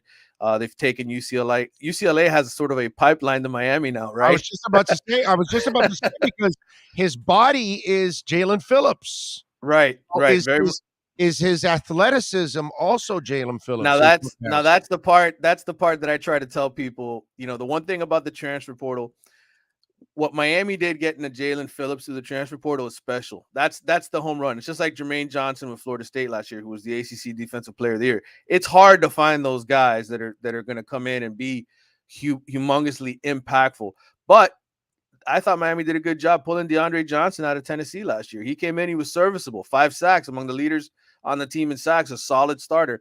I think this kid is more of that sort of ilk, more of a solid addition, a guy who will come in and contribute and be a positive player, you're not a negative, a guy you're going to put out there and he's not going to produce. He's going to produce. Whether or not he's Jalen Phillips is an entirely different conversation. I think I don't know that he has that, first round grade type talent, but I certainly think he has the ability to come in and be a solid contributor here. We're at a position that let's face it, a huge question mark. Pass rush, huge, dude. Yeah, you gotta get guys in here. And look, I had Jafari Harvey on my podcast, on my Wide Right podcast yesterday, the one that came out yesterday, and super talented kid, unbelievable body, looks like a guy who's going to be a first round pick, but he's not producing. He had 2.5 sacks last year, had the 1 pick 6, which was a huge play against North Carolina, if you remember that game. But other than that, not a lot of great moments for him. And he knows it, and he knows he's got to produce. Mario's all about competition. You bring a kid like Mitchell Agudin, you bring the Jake Lichtenstein kid from USC. You're just bringing in quality older players to come in here and push the younger guys who haven't done it yet to play at their best if they want to get on the field. And if they don't, then these other guys who have produced will be on there. And last year, this kid, actually the last 2 seasons over those 15 starts, only 2 sacks. He hasn't produced. He produces a lot of tackles. He's very good against the run, 6.5 tackles for loss. But as far as sacks, he hasn't produced a ton either. So that's why I'm saying he's not Jalen Phillips. He's just another guy who I think comes in here and elevates the level of play. All right, like that. Overall, on the coaching side, is everything done completely, or no? Okay, that's what I thought. No, I think right now, and again, this changes based on Mario's mood every single day, right? This changes on where he settles. But essentially, you still have 1 opening on offense and 1 opening on defense that they have not announced. Now, I think Stephen Field, the tight ends coach, who's recruited well, okay, he got the kid from Alabama to flip to Miami, Jaleel Skinner. He did a good job recruiting the position the year before as well. I think he's in a spot where if they can't find that other tight ends coach that they think is an upgrade, I think he comes back and he does it next year. And then I think on the defensive side, where you have another opening, I think they really want to get somebody who can coach defensive ends. And I've heard a couple names. I don't want to put them out there. One of them I know is an NFL guy. Another guy is a former Auburn guy, I think, who worked under Steele. Those are 2 names that I've heard. And I just think, if you can upgrade that position, you do that. And potentially, I know everybody's like, oh, special teams, you need a special teams coach. The reality is, man, you could have one guy who sort of handles that for the 15 or 20 minutes. They do that in practice. It was Jonathan Packey last year for Miami. They've had other guys in the past. Charlie Strong could do it if he needed to, but I think they'd probably go out and get a special teams analyst who works with these guys the majority of the time. And then you have an assistant coach who kind of floats over and works with them when they need to. So why does that seem kind of like a half-ass approach to a very important aspect of the game?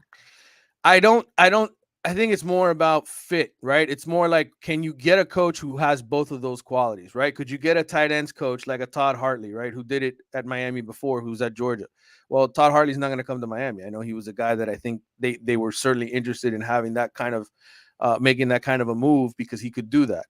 I think the issue now is, do you have other guys on the staff, veteran coaches like a Mario Cristobal or Kevin Steele or Charlie Strong, who have done that kind of stuff in their past, where they could handle those responsibilities, and you could share some of it with an analyst, which is essentially what a lot of these programs do now. I mean, there's a lot of people on staff that aren't technically allowed to be on the field working with guys, but there's ways around those rules. There's ways to get these specialists, these especially kicking specialists, to work with these players on their own. So, yeah, I think in a perfect world, you'd have a Todd Hartley who could do both of those things and is one of the better coaches at doing it.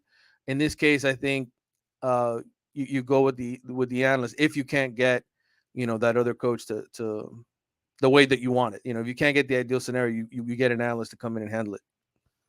All right. On the Ruiz front, any news there? I always keep asking you that because that man is able to make some news and things happen. You know what I'm saying? Yeah. So I know he was trying to do a David Copperfield with the Coral Gables High. That didn't work out. So anything else?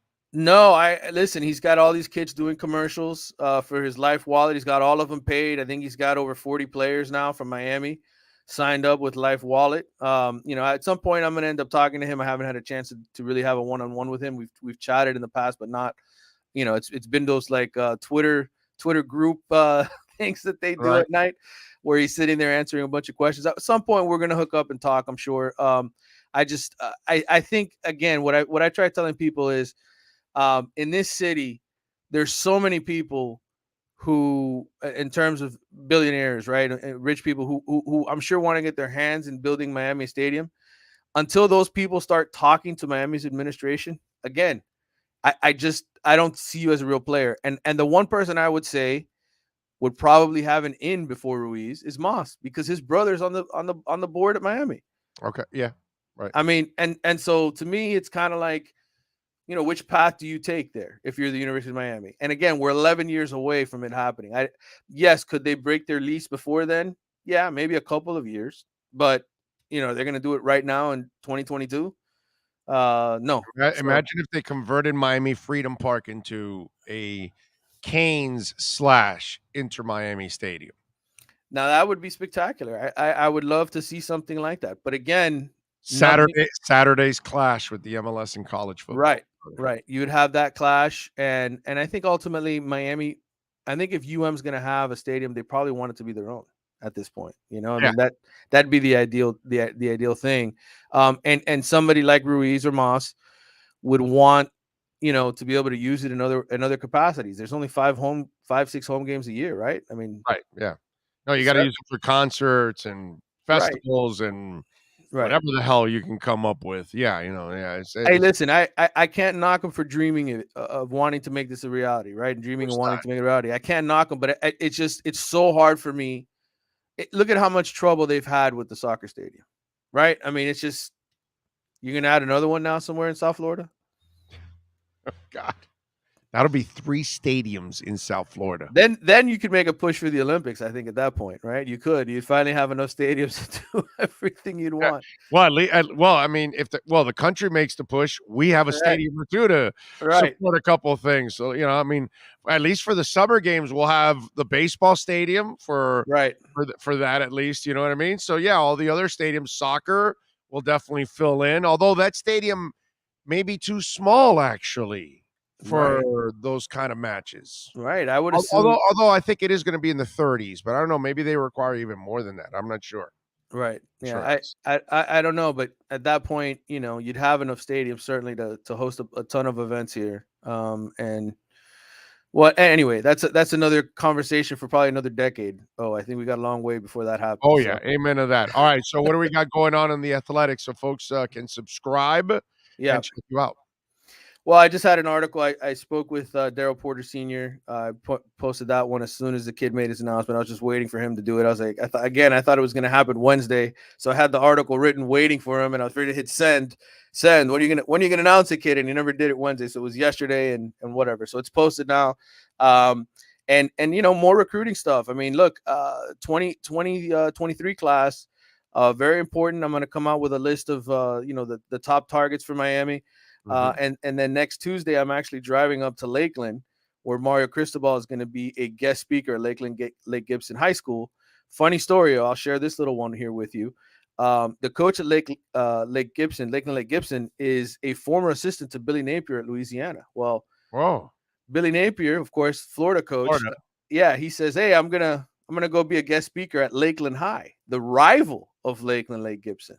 So what does the Lake Gibson coach do? Oh, hey Mario, you want to come speak to our kids? So now Mario's on his way up there. March 1st, he'll be the guest speaker. And Mario said, "Hell yeah, hell yeah, I'll come up there." By the way, Lake Gibson, home to the #1 cornerback in the country next year, Cormani McLean, 5-star elite cornerback. Miami's fighting hard for this kid. So I'll be up there Tuesday for the get together. Funny little story, cute little story of Great rivalries and story. competition. Yeah, so we'll see how it goes. I just love his relentless approach, dude. I just love his relentless approach. It Yeah. just it reminds me a lot of what we're doing right here. Our relentless approach, to be honest. Hey, by the way, any news on any NIL deals out there? Well, you mentioned Chase Smith to me the other day, right? I mean, I got the information there with Edge. What else do I have here? Oh, I mean, there's so many that I get Edge texted. energy drink, that's right. Chase Smith. And then I ran into Lou Headley's beer, bro. Yes, that was it. That was it. Yes. Bay 13 in Yes. Coral Gables. Yes. I have the info here. By the way, for those of you that don't know Bay 13, for those of you that were partying in Alcazaba back in the day, Bay 13 is directly across the street from it on Alhambra Circle, and it is a great bar. Interesting story. The last dog that I adopted, Bono, about almost a year ago. He's a Carolina dog, and yes, it's named after the U2 singer Bono. I adopted him there at Bay 13. They had a whole thing, and we went there to adopt our dog, and then a year later, we're there hanging out at Bay 13, and we're drinking a Lou Headley beer. Deadly Headley is the name of that beer. That is awesome. I saw your tweet of the bottle, and I retweeted it. I love the fact that they got his picture on there, and you can see all the tattoos on his neck. That's awesome. Yes. He is still the meanest punter. By the way, he is back this coming season. We all thought he was going to be leaving after this year, so we're going to have Deadly Headley for 4 years in Miami. Who would have figured that? The kid's almost 30 and he's still here. It's unbelievable. Yeah, no, definitely. And by the way, the owners of Bay 13, yes, they're Australian. Mm-hmm. Just makes sense. Yeah, exactly. That's why. So there's the connection with Headley. So yes, it's all good. Follow him on Twitter at Manny_Navarro. More importantly, folks, please subscribe to The Athletic. That's kind of the idea. That's what we're doing here. That's what he's doing there. It's all about the locals. So support all of us there. Support The Athletic like I do and many others, and support Manny, who does an excellent job as always. Manny, I appreciate you. Have a great weekend, my friend. I appreciate it. You too, brother. You too. Take care. Right, baby. Be good. There you go. The great Manny Navarro. And we're working hard on finalizing a show that you're going to get Manny. You're going to get more Manny Navarro and others as we add a couple of more folks that cover the Canes. All right. That's our Caneswear Miami Hurricanes report. If you're a Miami sports fan, then there's only one store to go to, and that's Caneswear at Miami Fanwear in Davie. They're your one-stop shop for all your inner Miami CF, Canes, Dolphins, Panthers, and Marlins merchandise. They have hats, t-shirts, game day jerseys, and so much more. Located at 2511 South University Drive in Davie, and open 24/7 online at caneswear.com or innermiamiwear.com. Call them at 954-835-5597. Caneswear, the spot where inner Miami and all Miami sports fans shop. All righty. There we go. Thank you, Manny Navarro. Eddie Lepp says, have you been to Tortugas in Flagler Beach? Nice Dolphins restaurant bar on the beach. Owner is from South Florida and a huge Canes and Fins fan.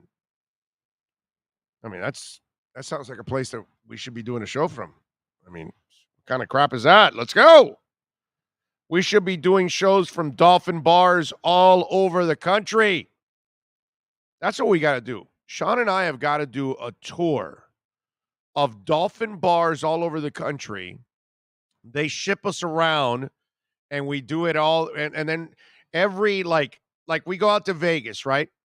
And my man Brian Carroll's in charge of the Vegas Dolphin Club, right? So let's say we go to Tommy Rockers, and then all the people from the Vegas Dolphin Club join us. You know what I'm saying? That kind of stuff. And if there's, a Dolphin Club in North Carolina, whatever, Asheville, and we go there to a bar in Asheville, and then all the Asheville Dolphin fans show up. I love that. That would be cool. Like what we did in New York City, we went to Slattery's and we got a couple of the Dolphin NYC guys. Hoping to get more of the guys and the ladies, and Dolphin NJ guys too, the New Jersey Dolphin fan club. Because there's Dolphin fan clubs everywhere, man. Everywhere. And our friends in the UK, we can't leave you out. So if you guys want to ship us out there, we'll fly out to the UK and do a little Dolphins love. There's a Dolphins club in Buffalo. Well, we're there. Right in the middle of all those stinking Bills fans. That's right. Sean is going to put you through a table. That's what's going to happen. All right, let's do this. We go from one stud in Manny Navarro to another stud in Omar Kelly and our EJDconstruction.com Miami Dolphins report. For over 16 years, EJDconstruction.com has provided South Florida residents quality craftsmanship, accurate project management, and exceptional service. That's why EJDconstruction.com is an A-rated member of Angie's List and the Better Business Bureau. When you're looking for the right custom home builder for additions or home remodeling, please call my friend Eric at 305-433-4843. That's 305-433-4843 for EJDconstruction.com. The viewpoint statements or beliefs expressed on the following program by the host, guests, or callers are not necessarily the opinions of FantasyAccess.com, Media Group Inc. ownership, management, sponsors, or website. The Big O Radio Show is home for the hardcore Dolphins fan. That's why we give you Omar Kelly twice a week. Buckle up. It's time for the EJDconstruction.com Miami Dolphins report, exclusively on the Big O Radio Show. There he is, the man, the myth, the legend that is Omar Kelly. How you feeling, baby? You feeling good? Yeah, man. Got a lot of stuff going on, getting ready to go to the combine, but we're making it. So this must have been a frustrating week for you, bro, because you thought you were lied to, but you really weren't lied to, but then you were lied to after the original truth. So first they tell you that, the man is calling all the plays, but then all of a sudden Alexander and the wife are, running their mouths. And then so we think, then they lied to us. But no, they really didn't lie to us. Josh was really calling the plays. The stuff that came out was a lie. So what is real? What is Memorex in Omar Kelly's eyes? Because it must have been tearing you from one way to another this week.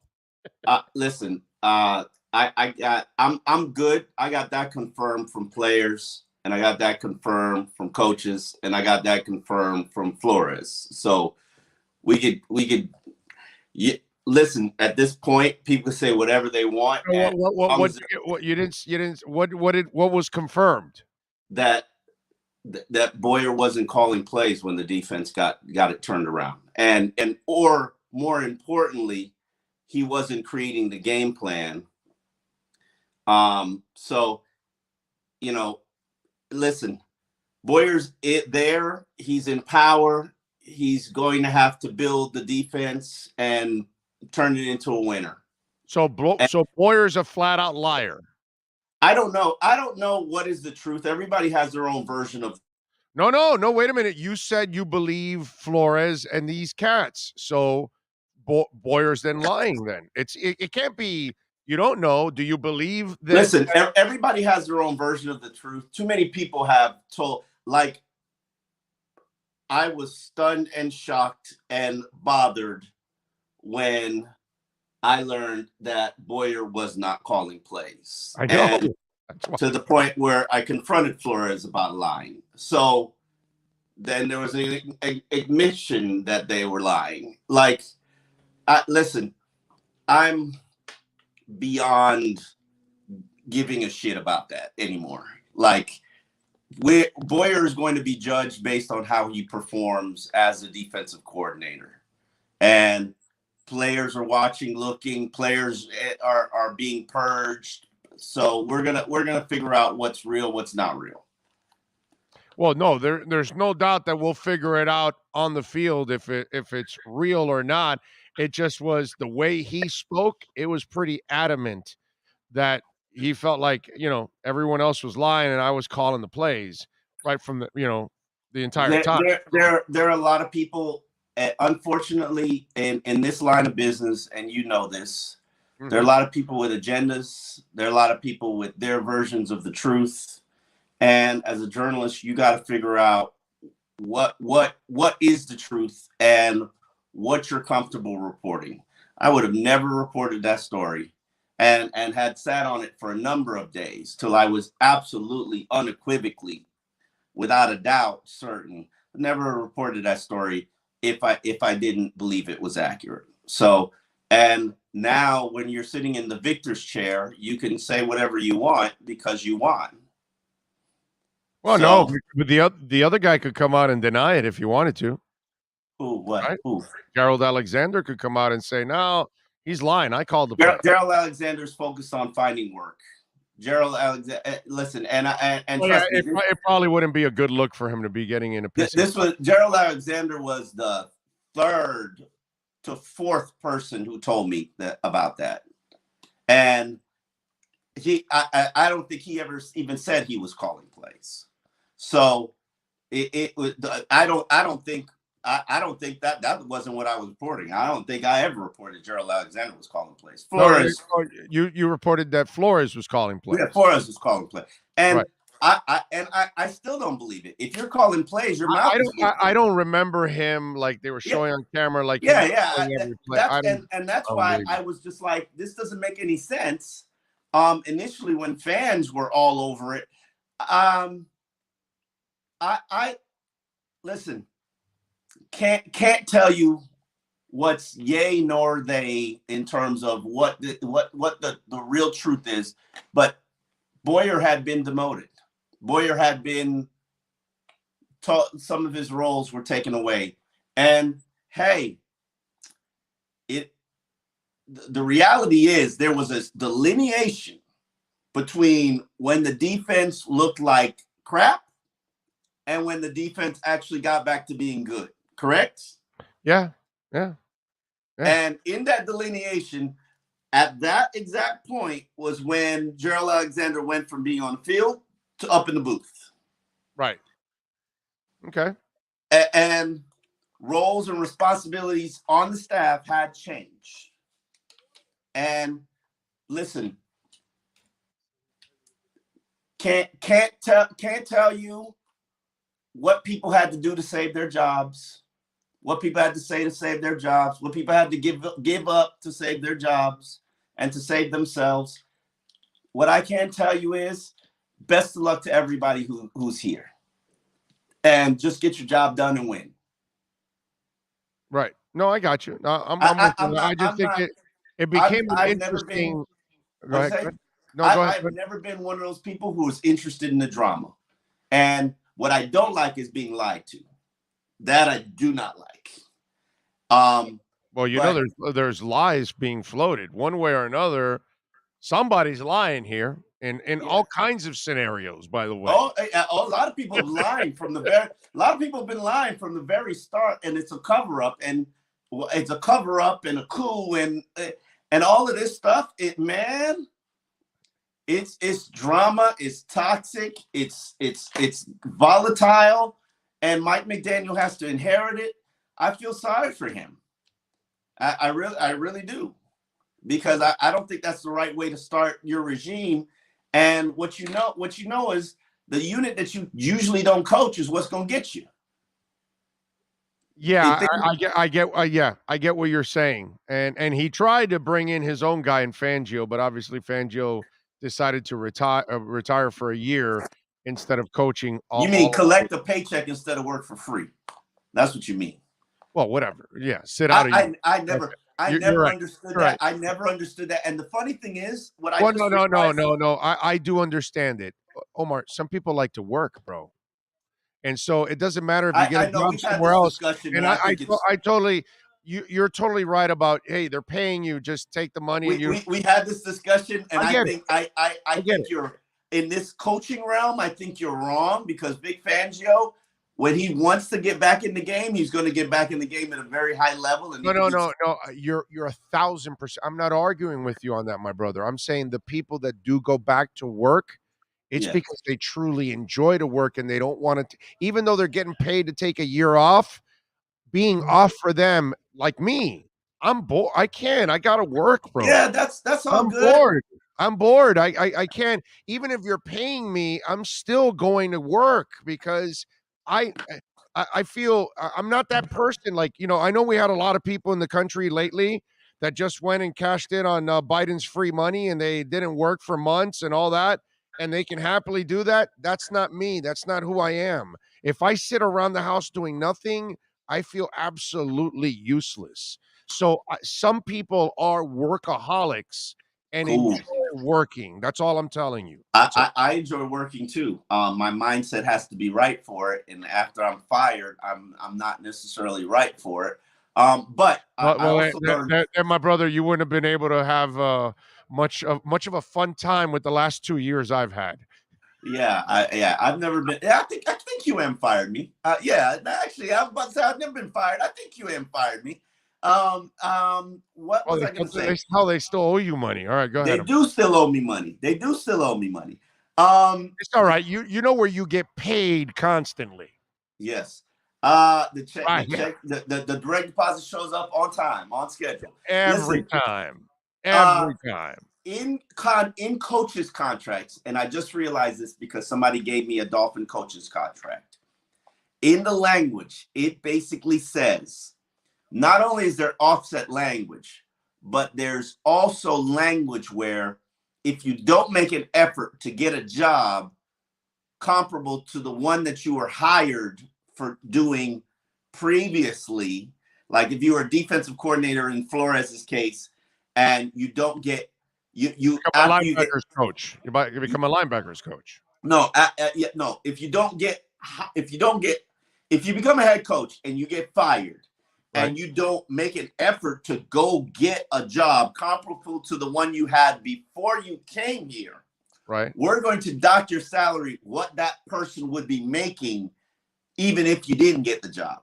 And I thought that was some trash ass contract language. Oh, that's terrible. That's probably something that all coaches sign with. No, and this is pretty much typical language for And I just thought it was crazy. But the amount of things that I realized that these people sign to get paid and to get these jobs, and the language in these contracts. Like, you got to be incredibly uncomfortable. I'm incredibly uncomfortable. Well, Omar, you will sign one for the Sun Sentinel one day, because we all do for major corporations that we work for. Now, depends on the rules with it. It might be minimal for you and me, the requirements, but there's an NDA. When you work for most of these big corporations and you have a contract, it usually ends with some kind of an NDA. Yeah. Yeah, Yeah. Well, I mean, I don't stop you from saying what you got to say about QAM. Oh, no, that's not what they never made me sign anything like that. That didn't matter.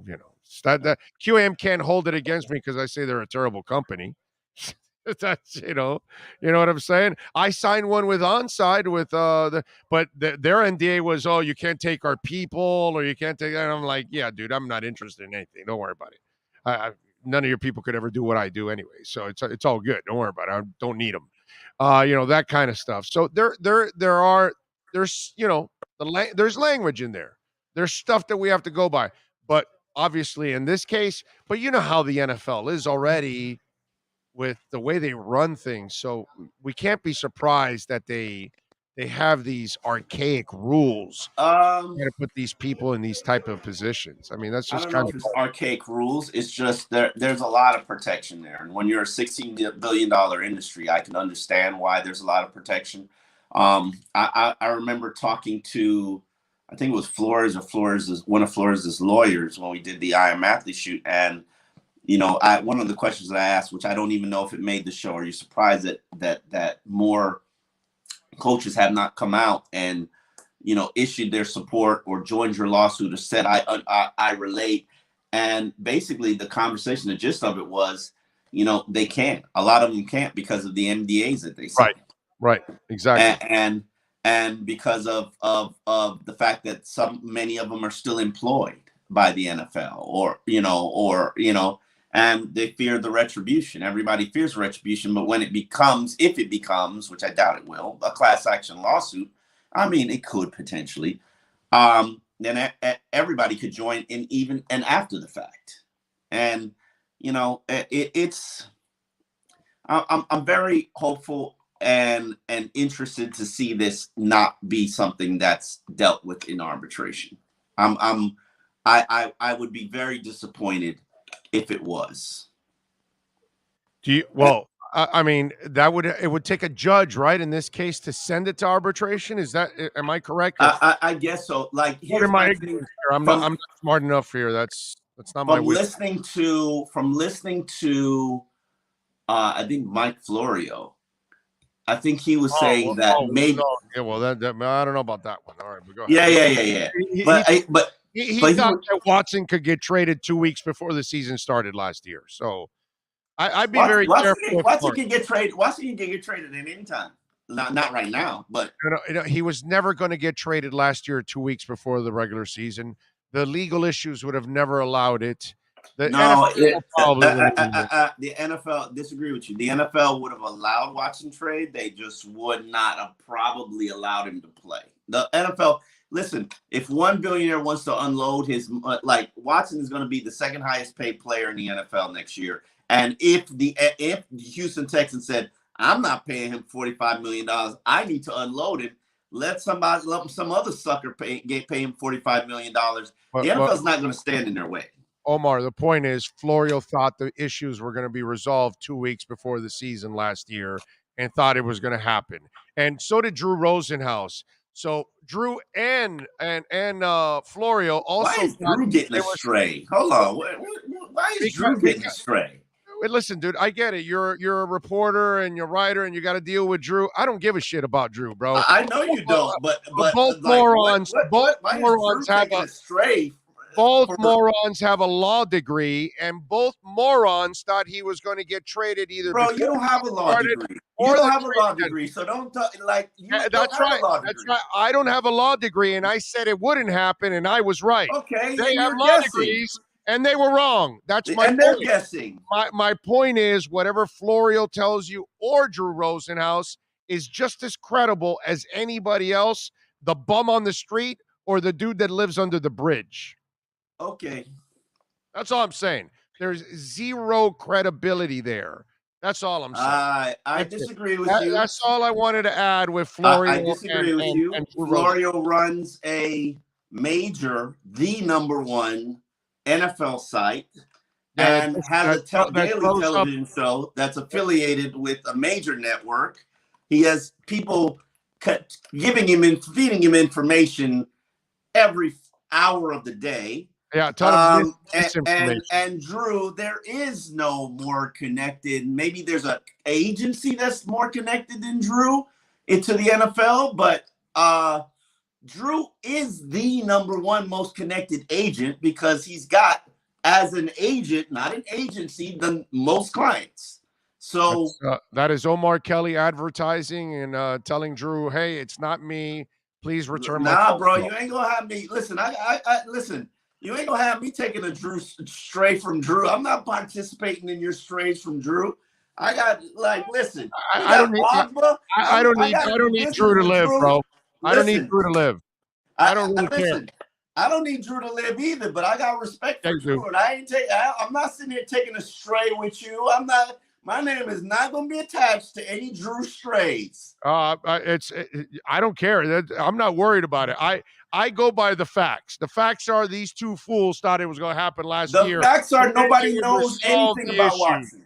Nobody knows anything about Watson because you know what? I could sit here and I could say Watson is going to play in 2023 when his legal situation is settled. Do we know if his legal situation is settled? No, we don't. He's going to serve a 6-game suspension. When his legal situation is settled, he's going to pay a set amount of money. He's going to come in front of people and apologize for his actions and his behavior and promise to do better. And the minute he throws 4 touchdowns in a game, all is forgotten in the NFL. And God dog it, we need to put Deshaun Watson on our fantasy team. Like this is a reality of the league that we cover. Murderers and killers and rapists play in the league. And people cheer them on. This is the NFL. It's a gladiator sport. People die playing this league.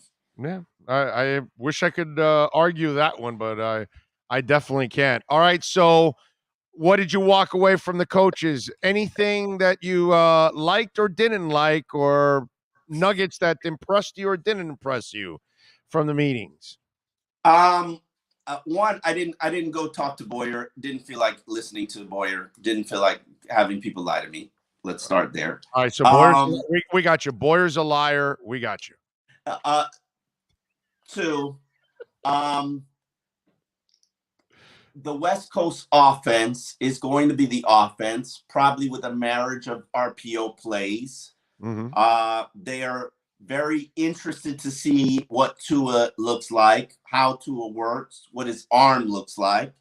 They have not denied that there is some concern there.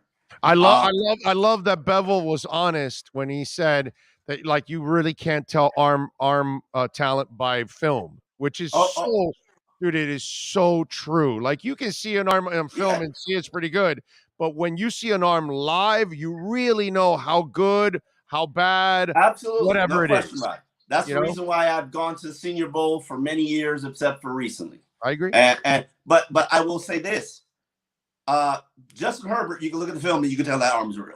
Elway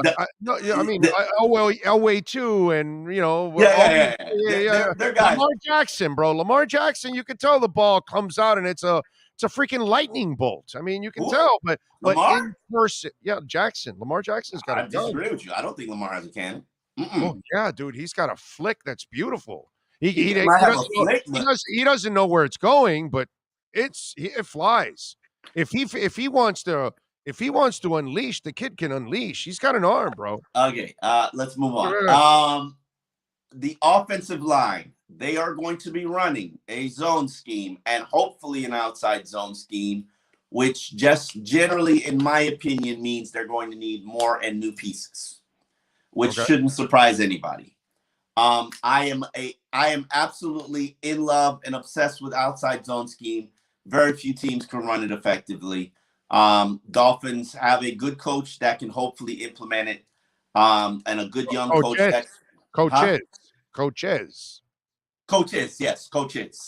Yeah. Not including John Muford. But I'm including McDaniel, Applebaum, and obviously Frank. Oh yeah, you didn't include John Pierre, who's still here. I mean, he's learning the system. So, but but let me tell you something. I think Jean-Pierre is exactly where he belongs now. I like that, actually. I like what McDaniel did, keeping him, because he's like a step above the quality control guy.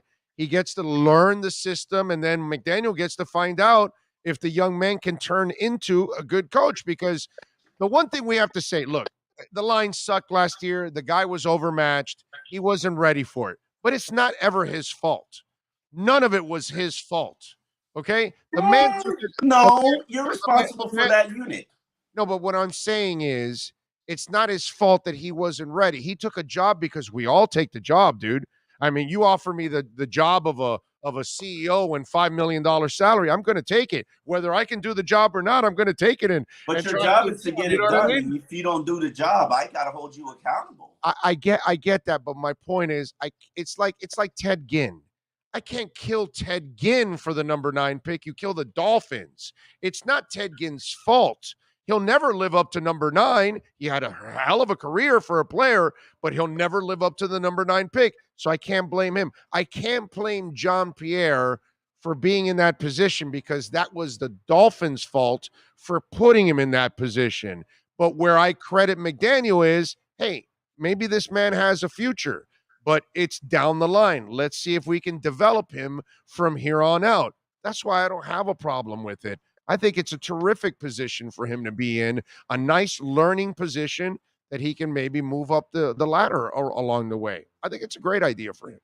Oh, yeah. I don't have a problem with it. He's a good dude, right? I liked how the tight end coach, he's a name dropper, if there was ever a name dropper. Oh, really? And man, did he drop some names of some tight ends that he worked with. And I'm like, damn, like you could do your thing. You like he dropped some names on us now, and gave you examples and stuff. And I just, it was kind of like along the conversation of like, yeah, I can fix Gesicki's blocking. And I'm thinking to myself, nah, you can't fix Gesicki's blocking. Like there's like, how many people have tried to fix Gesicki's blocking? Like, no. He's not doing that.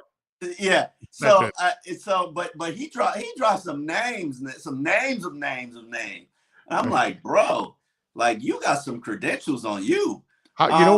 Be interesting for one of you guys to do is go call Darren Waller and ask him about, the guy and all that stuff. So you can kind of find out who he is. And I think that would be kind of interesting, but there's no way he fixes Gesicki. It's just not something that's in Gesicki. You know what I mean? He's a big receiver is what he is. I'm glad you acknowledge there's nothing wrong with that. There's nothing wrong with that. Yeah, but I'd rather go. Let me ask you a question. Because I was thinking about this. Not that it's going to happen, because Jarvis ain't coming back here. He's not. Okay. All right. Who would you rather pay to improve this team? Jarvis Landry, $14 million as a legitimate slot receiver, or Mike Gesicki being this? Well, no, the offense changed. You have to go with Landry now, so I can move Waddle to the outside and I move Landry inside where he belongs as a slot receiver. So this is I love Gesicki, but not in this. I know you not in this offense. You got to admit, it's time, right? Yeah, no, in this offense, yeah. In this offense, it's time. You got to admit that, right? No, it doesn't work. It doesn't work. Thank you. It doesn't work. And if you don't block as a receiver, it doesn't work. Yeah. I struggle with Dolphin fans who think that, and I get it. And Gesicki needs the Dolphins to be in play in his bidding. So, they're going to talk the Dolphins up. Oh, yeah, I want to return to Miami. I need to return to Miami. And Mike McDaniel's going to say, oh, yeah, I can make it work with Mike Gesicki. I'm sorry. And then what's going to happen is you're going to get an O.J. Howard, and Eric Ebron, a guy who could do it all. And it's, he's going to get half of what Gesicki got, and you're going to realize that the dual ability of him has upgraded the position. But, that's neither here nor there. Let's continue to talk about what I like from the coaches. I know Josh Boyer wants to play a lot of press man, which the defense is not exactly fond of. You hire 2 press man cornerbacks, which is going to definitely help you from a technique standpoint, from a film study standpoint, Surtain. And I found it very interesting that Madison was basically like, yes, Pat was the film guy. Pat was the guy who just killed the film and would break things down and see things and bring it to me, and we play that way.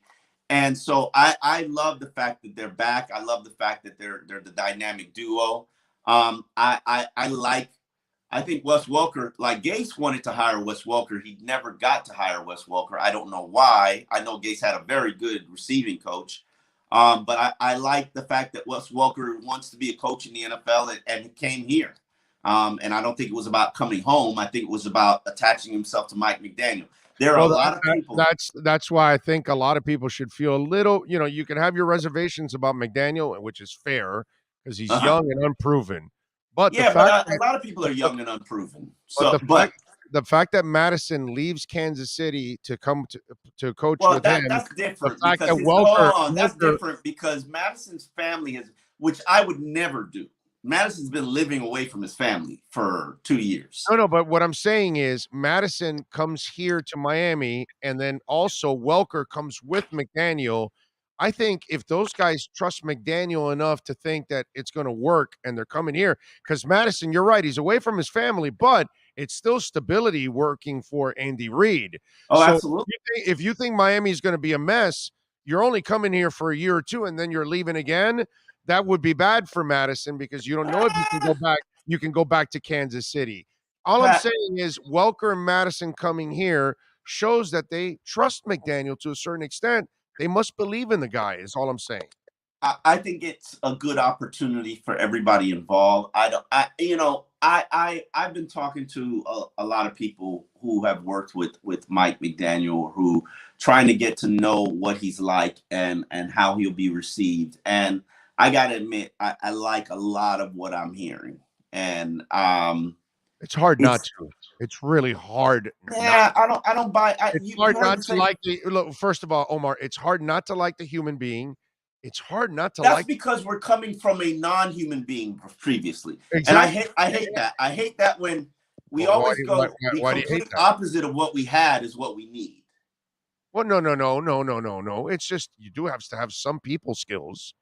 I mean, if you're just going to be an ogre the entire time, that just doesn't help out. But the second thing is, you have to love the intelligence that comes with it too.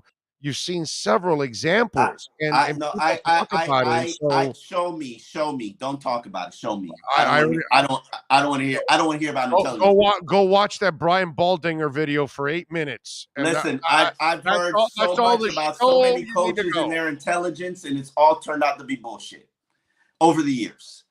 Like, I don't want to hear about how you're a genius. Show me you're a genius. I don't want to hear that.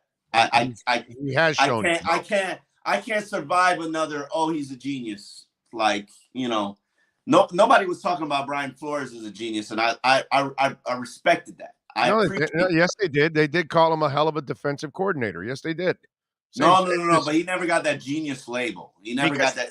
Who gets defensive genius label, Omar? That only goes with offense, dude. What's wrong with you? The Orangeburger wasn't called a defensive genius. He was called a maybe you call when Buddy Ryan wasn't called a defensive genius. Genius goes with Bill Walsh. Genius goes with offense. Genius That's discrimination, and I don't like it. What has some discrimination? It's a term that's normally used for offensive people. No, a defensive guy. Brian Flores is a defensive genius. No, he didn't come up with a new defense that nobody has ever come up with. He came up with a defense that nobody has ever utilized the way that he's utilized. Nobody ever gets called a defensive genius. Nobody. No defense. They're called great defensive coordinators. That's what they're called. No, why can't they be geniuses? But they don't. I don't know why. I didn't make the rules up. I didn't make the rules. Defensive discrimination. Call it a bias, not discrimination. But the bottom line is nobody uses that term with defense. They should. Don't. That's not fair. Okay, but they don't. They always use it with an offensive mind. They use that word genius. They always do that every time. That's disrespectful. I find it disrespectful. You can start a petition now. I've always found how defense is treated disrespectful, and including the defensive coaches. Jesus, look how hard defensive coaches have to work to become head coaches, and they're the best. They're generally the best head coaches. Belichick. Yeah. Tomlin. Special teams coaches also become pretty damn good. Yeah, I think you just got to be a leader of men. But Cowher was a special teams coach. John Harbaugh is a special teams coach. I'm missing somebody that's even better than those guys. That was a special teams coach that won a lot, actually. Schottenheimer? No, he never won. He was a good coach, man. He doesn't get enough love because he didn't win a championship, but I thought he was a really good coach, man. It was one of those Marv Levy things that, although Marv got even farther than him, but those guys sometimes don't get enough love for how good they were overall. But special teams coaches also end up developing into really good coaches. But it's just one of those things. All right, so you the offensive staff that he put together, what's the grade that you give it now without knowing Jack? Because really, we don't know Jack. I give it a B, a solid B. That's pretty good. I don't have a problem with I don't have a problem with the offensive staff. I really don't have line, a problem. By the way, that's a great line by you. What? Because I just realized what you just said. I haven't heard one person say, "Oh God, I got a problem. Oh, I hate this. I can't stand this." Everybody said, "Hey man, looks pretty good. I like it. I love it. Whatever." It's been some kind of a positive comment about the offensive staff. That's a great point you make. I have not heard one person say, "Oh, I hate the staff. I can't stand this. I can't that, whatever." I think people overall say, "Hey, that's a pretty good staff for a young coach to put together." I mean, yeah. My only criticism about the staff is I would have appreciated, respected, preferred that there at least be one coach with some level of head coaching experience and not an interim coach. So everybody who's going to say Bevel, and I'll let no, not interim. Because Stutesville's interim too. Does that necessarily mean he's going to help you? No. I respect and appreciate the graybeards of the league, the old grizzled veterans who you can come to and get some wisdom, get some game from. He tried, Omar. He tried. Yeah, I know. Okay. He tried to get the defensive coordinator, who was the former head coach of the Broncos, and it didn't work out. So he did try, and and here's the other thing, my brother, which I think is also very important. Unlike the prior coach, this guy's willing to bring people in that have more experience than him, so he can actually learn off of them. The other coach did. Don't do that. The other coach did that. You didn't keep him around. They left for whatever reason. Whatever reason. Listen, dude. You're off the set of I Am Athlete. He's not around. No. Listen, they left for whatever reason. Okay, you don't have to please him. Flo's gone, bro. Okay, Flo's gone. He's not. Chan Gailey was not fired. Chan Gailey quit. Caldwell on Flo. Huh? On Flo. Caldwell left for medical reasons and never came back. That Flo gave him those medical reasons. Wow. I can't. Rose his blood pressure, did all kinds of stuff. Yeah, man. Flo raised my blood pressure too. There you go. Listen. There you go. Dolphins overall raised my blood pressure. Well, Dolphins have shortened my life, period. It's taken at least 7 years off my life. Easily. Yeah, no question. I have easily lost a dog's year. There is no doubt in my life. That's an even better term for it. They've at least taken a dog's year off my life. Yeah, there's no doubt about that. All right, what are you working on the Sun Sentinel so folks can check you out? I'm working on a couple of columns, talking about the marriage between West Coast and RPO, and then also I talked to Trent Williams about he's a big Mike McDaniel fan, and they grew up together. Ask him how smart he is. He tells you how smart he is. He tells you how he can relate to this generation of athletes who don't want to be coached hard, and and then tell him you don't believe him, so that big ass man will stomp on your ass. Listen, he was such a great guy. Listen, and he's I love the trench players.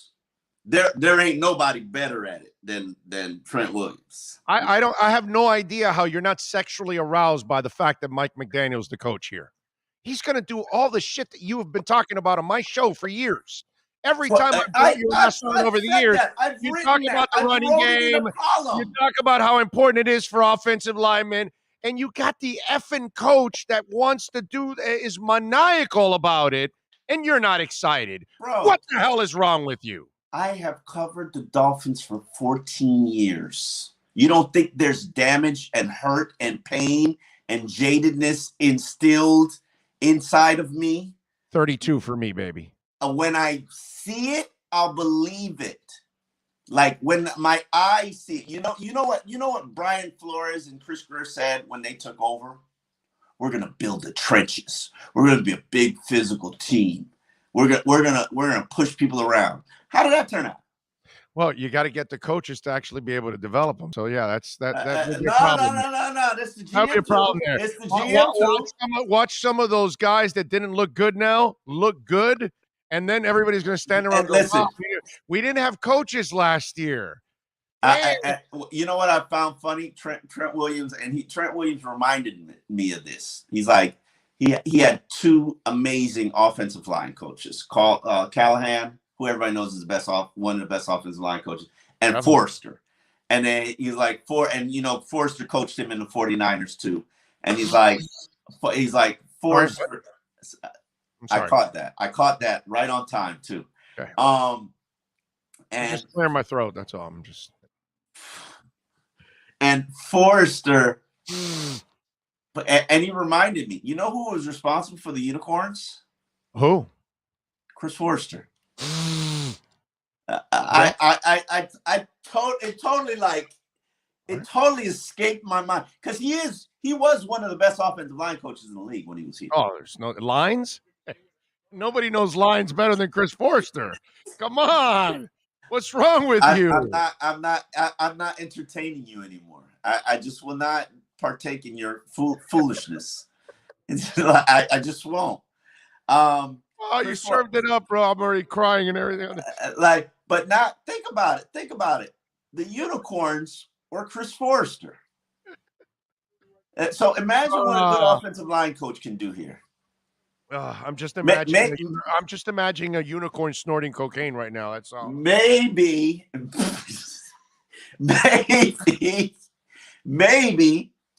this offensive line coach and this offensive line staff can fix Austin Jackson and can get a next level out of Michael Dieter.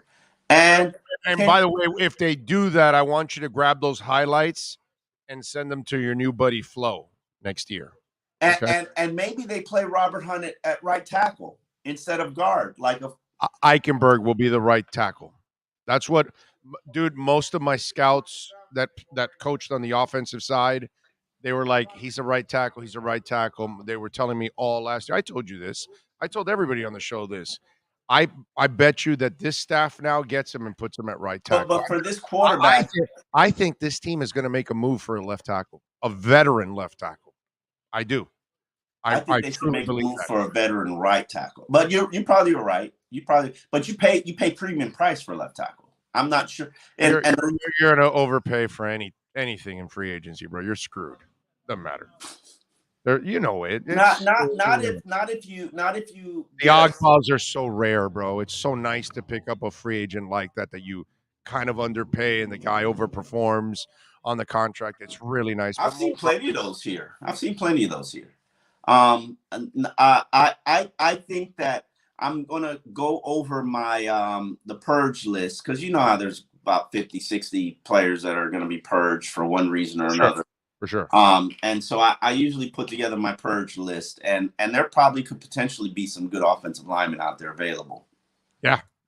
No, I'm with you there, and I want the Dolphins to add 2 veteran linemen to this team to bring some balance, because I think these young guys need to have 2 studs around that they can kind of lean on and learn from and all that kind of stuff. And I think it would also, add to the confidence. You know what I mean? So I think they're going to do that. And I think they know that they can't teach a whole bunch of young guys and hope that that's how you're going to develop a line. You got to have some proven talent in there. You got to have some guys with some movement skills. So, there's the Washington offensive guard, which I can't remember his name now. He got franchise tagged last year. Yeah, I know what you're talking about. I'm brain fart now. But Lincoln Tomlinson is another guy, since that's where he comes from. Yes, Trent Williams brought up his name. Is he a free agent? Yes, sir. Where did he play last? San Fran. He played with McDaniel. Oh, he's their left guard. He's their left guard, dude. Left guard. Yeah. Interesting. Mm-hmm. Interesting. Okay. Yes. So your boy Austin Jackson could end up playing right guard, with Hunt being move over to right tackle if they don't move Eichenberg. Okay. I could do that. And then so you want to build a whole new left side? Well, I mean, I don't. I'll let them decide on what the hell they want to do. But I want two veterans from somewhere, bro. And I think preferably center. Preferably center would be my top guy, Ryan Jensen from the Bucks. That would be preferred, because I think Tua needs a badass center in front of him to make sure that pocket is as strong as possible every single time. Short players need strong pockets, really strong pockets. So, oh my God, you admitted that Tua short. Yeah, Breeze needed it too. That's what I loved about Peyton. He understood. When you look at Sean Payton over the years with Breeze, his center and his guards were elite every time. his tackles, he didn't spend a ton of cash on them or picks. Like Teron Armstead was like a 5th or 6th round pick, and it turned out to be a great pick. But they would never go overboard for their tackles but their guards and their center, they would go overboard drafting or signing in free agency because shorter quarterbacks have to have a strong pocket so they have passing lanes. If it's crumbling, taller quarterbacks can see over. Shorter quarterbacks need those passing lanes. So the guards in the center must be elite when you have a Russell Wilson, when you have a Drew Brees, when you have those kind of guys. Now with Russell, you have the athleticism, so that helps out a little bit more. But shorter quarterbacks, you want the middle of that line to be super strong, dude. Super strong. So I think they'll do the same thing here. I think they'll find a way to really solidify the middle of that line so Tua has the pocket so he can. I'm learning. I'm learning about the outside zone, and I'm learning what it takes. And I don't know it. It's not something that I've studied very hard or very often or consistently. So it takes a very different athlete. And they have a couple of guys who could maybe fit the mold. And you just never know until you see it. So it'll be interesting to see what happens. But I'm not certain Jensen fits the mold. Yeah, you know what's weird? Austin Jackson has that athleticism to play easily. He's the guy. He's the guy who fits the mold. And he looks the part and everything, and it just, we haven't seen it so far, but it's weird like that, man. Man, it is weird. All right. Follow him on Twitter at Omar Kelly and catch his work there at the South Florida Sun Sentinel, and catch him twice a week here doing his thing with the EJDconstruction.com Miami Dolphins report. As always, thank you, my brother. Appreciate you. We spent like 10 minutes talking offensive line, and I loved it. Nothing wrong with that, bro. Nothing wrong with that. Let's hope they fix it so we can actually brag about it and not just talk about it. Man, and from your mouth to hopefully McDaniel's execution. Let's do it. And his smarts. There you go. See you next week. Yeah. Genius level. Genius. Damn right. Genius. Later. Yeah. All right. Mark Kelly. Later. Oh, I love him, man.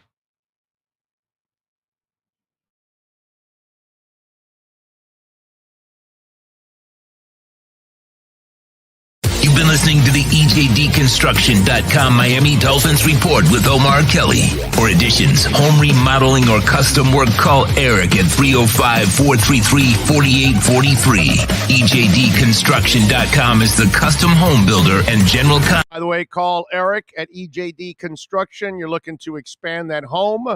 You want to add an addition. You want to add man cave. You name it. Whatever you want to do to that home and improve it, call EJD Construction, 305-433-4843, $2 million fully insured, $1 million liability, workers insurance. They use what's that called? Shell construction. That's it. In-house. That's how they keep the cost down, folks. Call them. 305-433-4843. Modernize that kitchen. EJD Construction. And tell them that Big O sent you. They will definitely take care of you. I promise you. And don't forget to smash the hell out of that like button. You want to make a donation through Cash App or Venmo. That is Cash Big O Show. That's Cash Big O Show. Armando Swaim, thank you, sir. Says, tell us about the Miami Stadium built on native burial grounds. Is it true? They say it is. They say it is. They say that Joe Robbie Stadium, now Hard Rock Stadium, is built on Indian burial grounds. And no, that is not the reason why the Dolphins don't win, because the Marlins have won 2 titles there. So it has nothing to do with that. So don't follow up with, and thank you for the donation, Armando, on Venmo. Appreciate it. But no, don't worry about it. That's not the reason why they don't win. They don't win because they're not good enough. And the Canes haven't been good enough. That's all. Marlins get it done. Man of 1,005 Holds says, very interesting segment. Tommy Mayer says, maybe some Gene Simmons boots. I don't know what that means. Tommy says, oh, they're so cursed. No, they've just been bad. Dougie Fresh says, oh, what makes you and O so great together is you both listen to one another and you both are firm on your positions. Of course, they got to have fun, bro. We're not going to agree on everything. Eric thinks Robert Hunt can be a Pro Bowl caliber right guard. Question at other 4 spots. Did Dieter play well enough to stay at center, or do they upgrade to a Ryan Jensen and slide Dieter left guard? Does Liam play left tackle or right tackle? Just all these questions, we got to hope that they can answer them, Eric. You know what I'm saying? And the good thing about Dieter is if you get Ryan Jensen, Dieter can either challenge at guard or be the backup center guard with the experience. And that's really, really important. You need a swing guy like that. What else do we have? Ad Mark says, we got nothing from this. Well, what are you supposed to get, Mark? What's going on right now? Are they playing football or something? Is there some kind of great insight? I'm not exactly sure. Some people are just never satisfied. Let's go.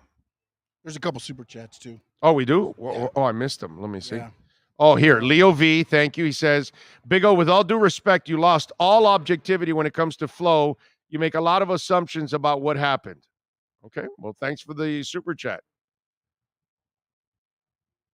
Alan D was. And Alan D, 10 out of 10 times I will take some one on the record versus anonymous sources. The problem is, Alan, is you can't get people to then be on the record because their jobs are on the line. So, you know what I'm saying? So you got to get it off the record, dude. It's a lot easier for you guys to say, oh, I want it on the record. They should be saying what they feel, and that could get them in trouble. So I don't think your bosses, some of you out there, I don't think your bosses really want to know what you think about them or what you think about how they run the business or how they do things. I doubt you go tell your bosses what they're doing wrong. You just say to your coworker, you believe we're doing this?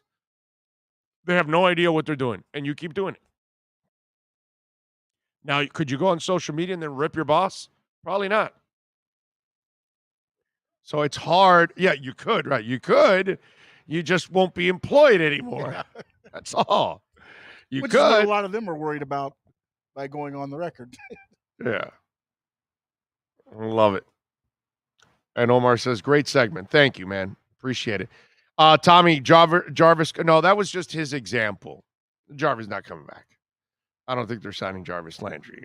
That was just. And I think he said that before he threw that out there. He said, Jarvis ain't coming back to Miami. Right. They do need, if you want to move Waddle outside, you're going to have to get some kind of a possession type guy in the middle of the field, because that's the other thing that I loved about Waddle.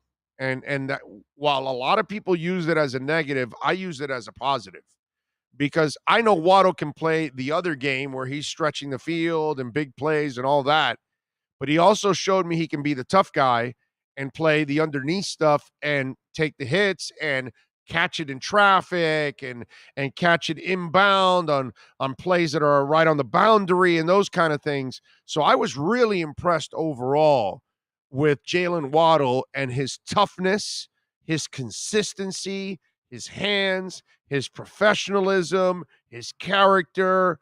I loved everything I saw about Jalen Waddle. Now, in a perfect world, I'd like to move him to the outside, and I'd like to get a slot guy in there. I'm not telling you Jarvis Landry. It could be a slew of other players that might be free agents. Again, I haven't gotten deeply into free agency yet. Do you know why? I'm waiting for everybody to get tagged. I'm waiting for everybody to find out who's signing, who's not. Because if not, we're going to sit here and talk and debate about players, and we have no idea if they're going to become available or not. Lincoln Tomlinson's one of those. I don't know. I like him. I like Ryan Jensen, but they couldn't re-sign with their team before free agency starts. And then what? And then we've been talking about all of this for nothing. So that's why I'm going to give it a couple of weeks here, or another week and a half, I think it is, or a week. And then we're going to find out who is a real free agent, who's going to be available for the Miami Dolphins to be had, who might be available via trade with some reports out there, that kind of stuff. But in free agency and in the draft, you must fill a couple of needs. You must fill at least a couple of veteran linemen, I believe, in free agency. I think you need to go find yourself another wide receiver. If you don't get an outside guy, then you get an inside guy so you can move Waddle to the outside. If you aren't going to keep Gesicki, then you're probably going to need to draft another tight end and then try to find out if Hunter can block and catch, because you're going to need more blocking in this system. I love Gesicki. Okay, the guy's grown on me. I think he's a damn good player. I would like to keep him, but I do understand that in this system, they probably want more blocking. Maybe this year they suck it up and keep him for 1 year to use him as a big receiver if they can't fill all needs. I'm not exactly sure. But in the big picture, he doesn't fit what they want to do because he's not a blocker. But you're going to have to find a running back in free agency or in the draft. You're going to have to find a middle linebacker. They need to find a thumper. They need to find somebody that can knock people out and can run sideline to sideline. They've got certain needs. There's no doubt about it. Jarvis Landry is not the need, but that position, a slot guy, would be good. Would be good for them. Yes, sir. What are you going to say? I was going to ask, do you think, with the genius that is McDaniel, Yes, he is. that he could take Gesicki, and I'm not saying the identical same thing, but come up with some hybrid position for Gesicki in this offense? I'm not saying like what you did with Debo, but is there some way they can make it work I'm not smart with enough. him in that offense? I'm not smart enough for that. I can't tell you. I unless they come up with a way that they're fine with him not being an impactful blocker at all, then fine. But that they're maniacal about their receivers blocking. Like Wes Welker is going to tell receivers, if you can't block, you can't get on the field. That's what he's going to tell all the receivers on the Dolphins. If you don't block, you're not getting on the field. So then what are they going to ask their tight ends to do? They've got to be able to block. And that's the only thing that's why I'm not smart enough to know what they want to do there in that case. The B word might get Gesicki out of the Dolphins. Yeah. And it's not Brian. Boyer was on the record that he called plays. That's what I was referring. Yes, Alan. No, I got you. But according to Omar, Josh Boyer is a liar. A flat-out liar. Okay? Boyer, you're a liar.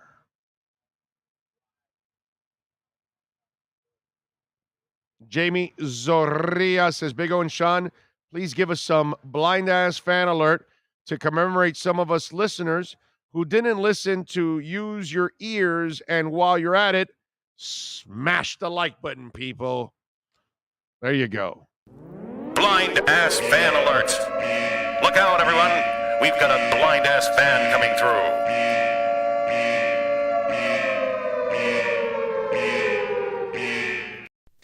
Chia.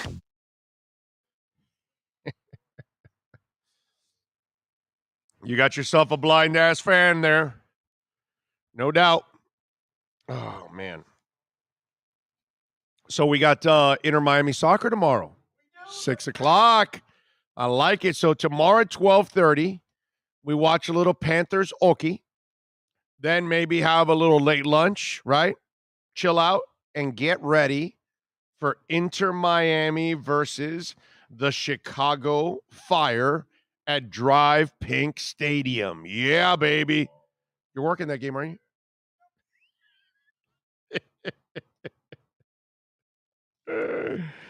Oh, I love it, man. So will they struggle? Yeah, they probably will, huh? They're young. We have no idea what they are. I was thinking about this. Could this be the 2003 Marlins that come out of nowhere? Could this be a young team that just struggles and loses a lot? Nobody knows because we don't know enough about these young guys.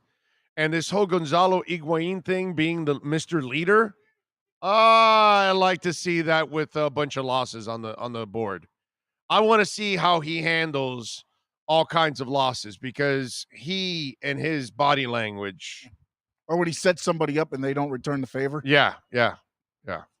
Although I was laughing my ass off when Michelle's telling me, well, he's going to play at 10 more. It's exactly what he was. We're like, didn't they sign that guy to be a 9? What the hell is he doing in midfield? So, and I saw Neville. These are my boys. Yeah, they are your boys. Yeah. This is your team now, dude. Okay.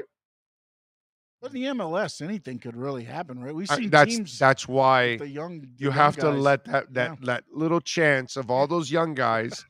They had no speed last year. Nope. So if they do have some speed, some athleticism, maybe they can be a little better than they were last year. Dude, they were. I felt Lewis Morgan, they was more open the year one. Yeah, because they used than him the he right was this year. way. Last year. Last year, sorry. Because they played him in the middle instead of playing him on the outside. And then the offense was trying to run through the middle, and Neville was forcing a square peg through a round hole when he doesn't have the midfield play to play through the middle.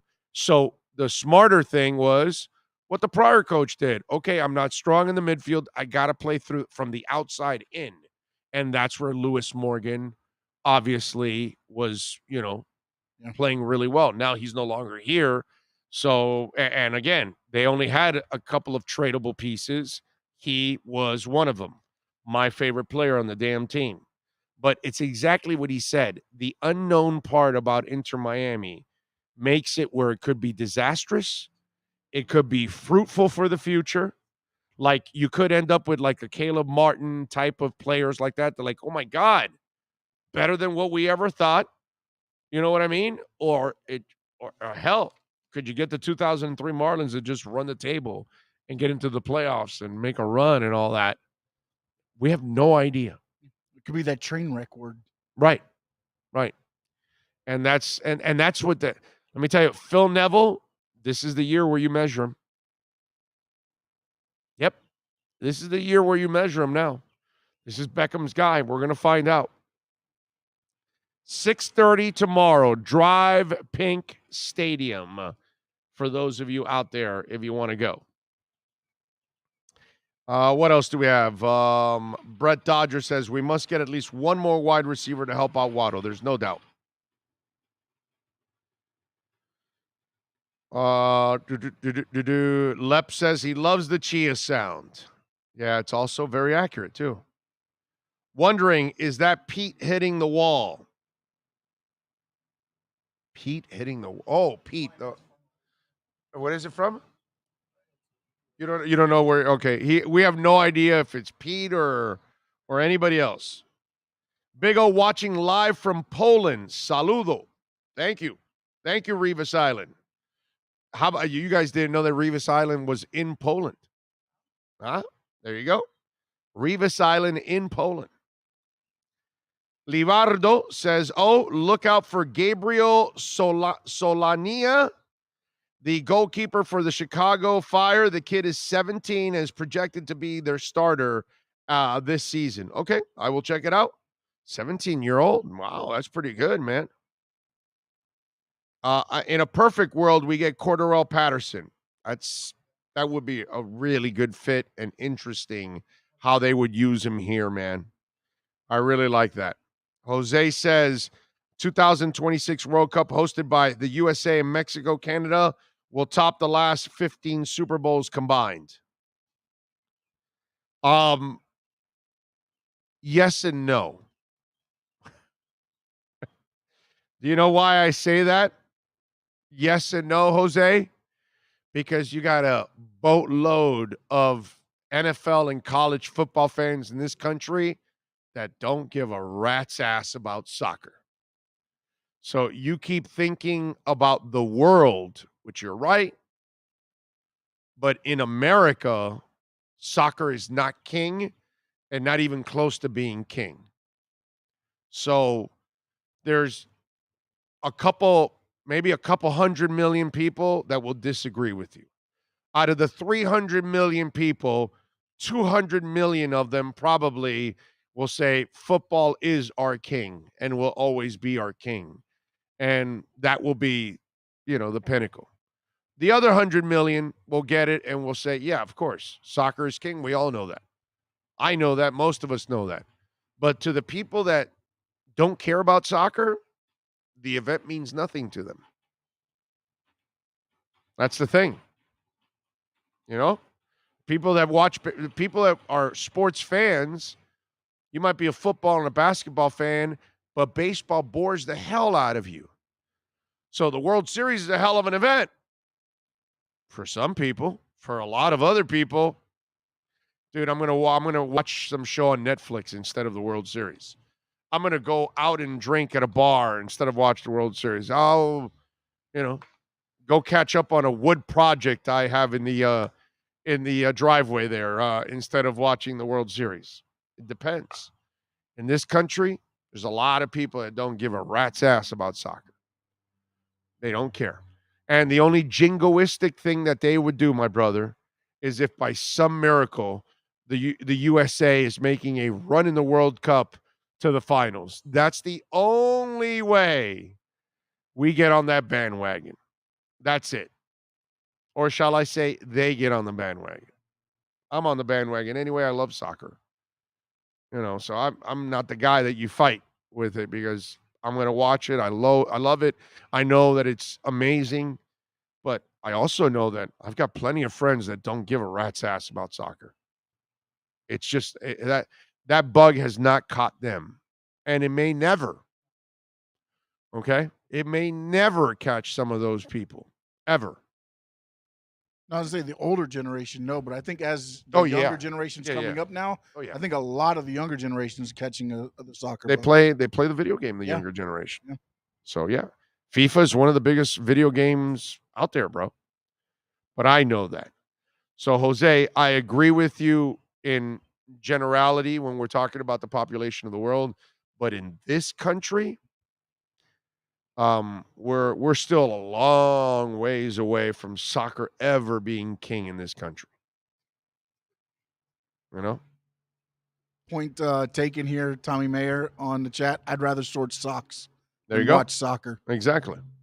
You know how many people like Tommy Mayer? Ton. Tommy Mayer is the majority of this country. They'd rather organize their socks than watch soccer. Yes. Yeah. Alman says, I love soccer, but it will never be number one sport in the U.S. Big D says, I enjoy listening to O every day. Well, that's very nice of you, Big D. Thank you, my friend. Anthony Lopez says, Omar sounds like a guy who doesn't have an original thought to me. He's all over the place. I'd rather be in Revis Island than Snake Island. I'm with you there. You definitely don't want to be on an island with Brian Flores. Oh, I'm sorry, Snake? Snake, you said, not Brian Flores. I'm sorry. Got a question for you since we were talking soccer.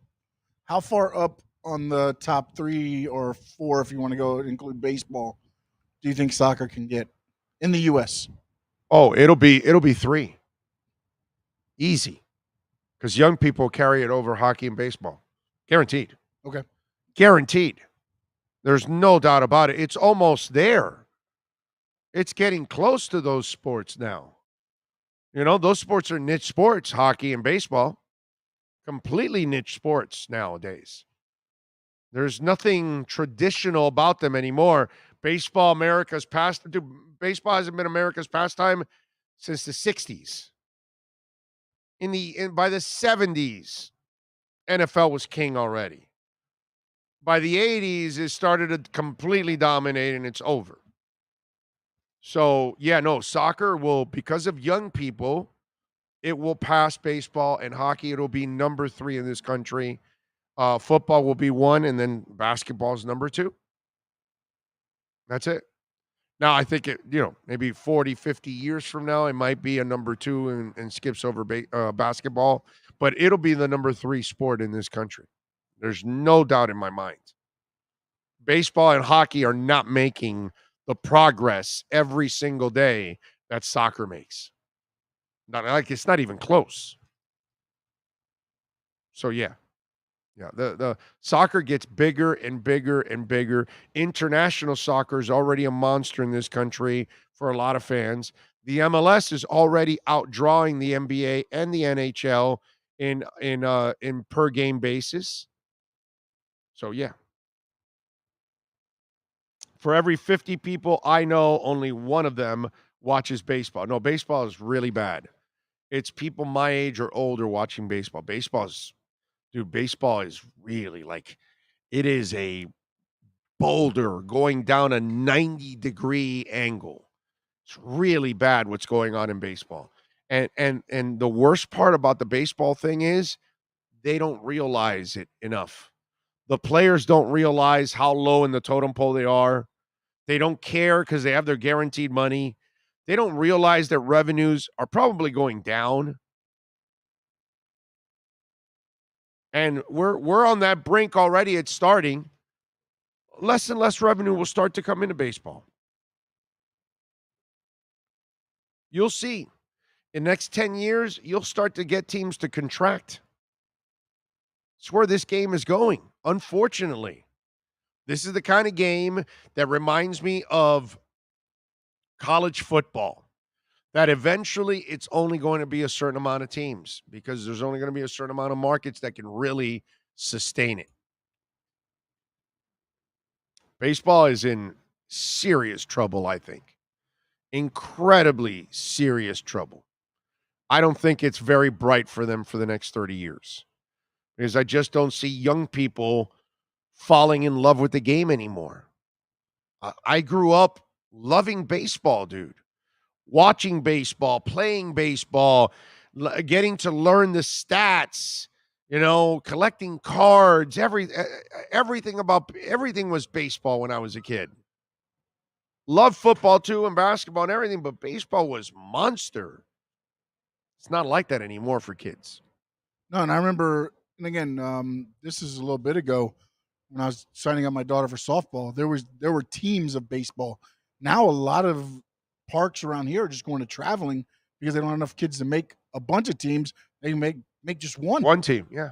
And it's sad. Yeah. I mean, when I played, and again, many moons ago. And by the way, expensive. Yeah. Well, no, yeah, that was the other thing. I mean, it was a lot cheaper when I played, but then also there was 12 to 15 teams in each league. Yeah. And I was talking minor league, little league, senior league, big league. As you went up, there are 12 or 15 teams. Now you can't even make a team. Right. It's terrible. Yeah, it's hard to find it, man. Playoff baseball is great. I'm with you, Tom. I love baseball, man. I have no problem with baseball, but I'm also not stupid. I see what's going on. I see it all around me. And it's a shame. Young people are not falling in love with the game anymore. That's just the way it is.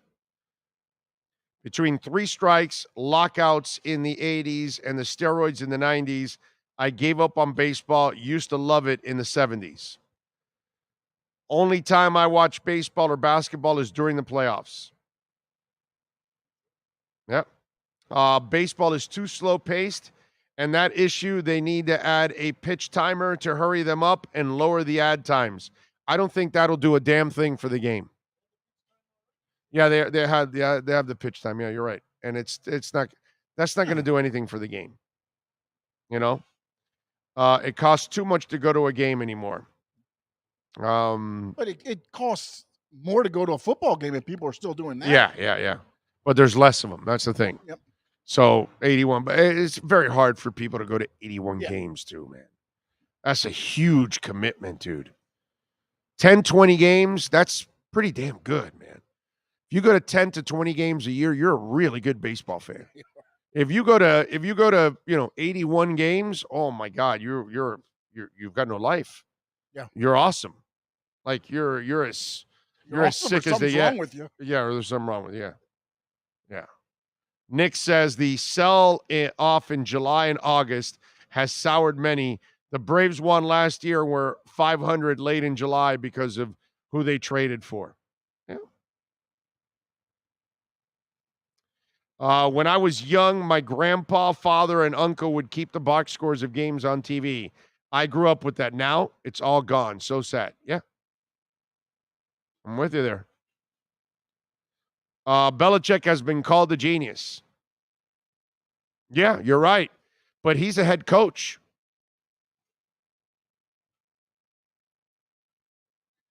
Let's see. What else do we have? And Belichick is a proven cheater. Yeah, he's a genius cheater, too. I used to watch baseball religiously every day in the late 90s and early 2000s. Now, I barely even check what the Marlins record is on ESPN. Yeah. Leva says, I'd rather watch ants work than baseball. When did you ever see a Major League Baseball player with a 150 average starting? Well, just look at Lewis Brinson. Tanks Tavern says, again, the only time people paid attention to MLB last year when Ohtani was heating up. Yeah. Yeah, well, he is freakish, dude. He is free. It's like getting an energy drink that has zero aftertaste. It's delicious, right? And, you can buy it right online, get it delivered to your house, myedgedrink.com. See, that's the kind of stuff I'm talking about. That's the special stuff right there. Right? What do you think 100%. about something that's delicious, smooth, and has zero aftertaste? What would you call that? The edge. That's it. That's it. That's what we all want. Baseball needs an edge. Maybe Edge Energy Drink can help them get that edge. I don't know how baseball gets that edge ever again. I don't think baseball will ever get that edge again. That's a shame. Now, you can get the edge because we've got the link below, and you can go to myedgedrink.com. You can do that, and you can also do this.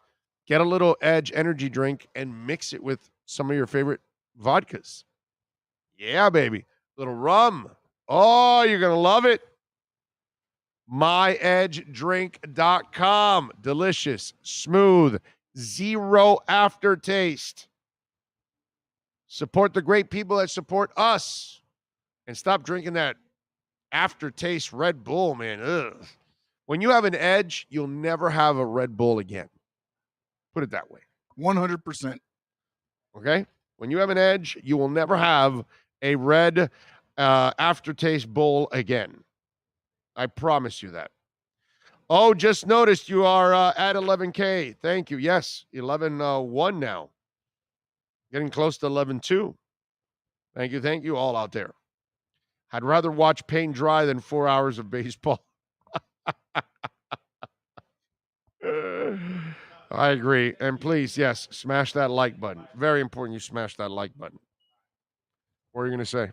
No, I was going to say, when they were talking about Ohtani a minute ago, I don't know that Major League Baseball really did a good job of getting that out there either. No, they're terrible at marketing. They're terrible, but they're not on social media. They don't market their sport at all. It's bad. You know what I mean? I see Florio's got, will Dolphins make another run at Deshaun Watson? Like, how many times can you be wrong about a story? It's awesome, right? Because Florio will keep posting this when he's completely wrong about it. And it was all Flores trying to make the trade for him. What he put now, the truth is that the desire for Deshaun Watson came from the top of the franchise. One source who spoke with Dolphins owner Stephen Ross in the time preceding the expiration of the 2021 trading period tells PFT Ross definitely wanted Watson. So now, as the window trade prepares to open, the question becomes whether the Dolphins will again try for Watson. It's really a website that all it does is troll, dude. Like, there's nothing to that story. And it's the lead story on Pro Football Talk. Why? Because that's all this website does. It throws a whole bunch of things that are wrong up there, things that will never happen all the time. They do this all the time with all kinds of teams and everything. All stories that will never happen, not happening. There's no substance to it.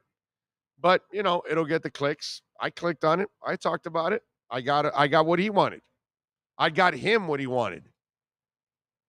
But, I mean, it's a joke, dude. But Yes. it goes off the Facebook sports fans. Right. Somebody's going to see that story. Right. And now not click on it. Right. But now the talk's going to be, no, Dolphins are Dolphins. interested in Watson again. Yeah, they're still interested in Watson when they're not. They're not interested in Watson at all. They were never really interested in Watson at all. That was a flow thing that he was trying to force it because he never really wanted Tua from the day of the draft.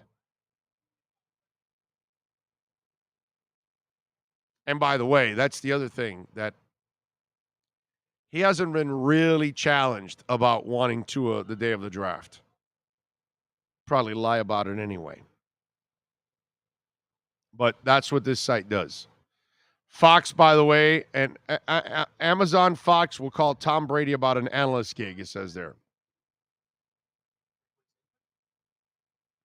Well, on Fox, you would replace Aikman, yes. Yeah. I don't know if he's going to be good at it or not. Well, I mean, once you're done and you're not coming back, then you can actually do the job, hopefully. Like, John Gruden was an embarrassment. You can tell that he was catering the entire time, trying to set himself up for another gig. Little did he know that was going to be his last gig. That he wasn't going to ever be on TV again or be coach again after he went to the Raiders and screwed up. Tank McBride says, Big O, some Dolphin fans think that if we get Aaron Rodgers, we are winning the Super Bowl. I hate this fan base.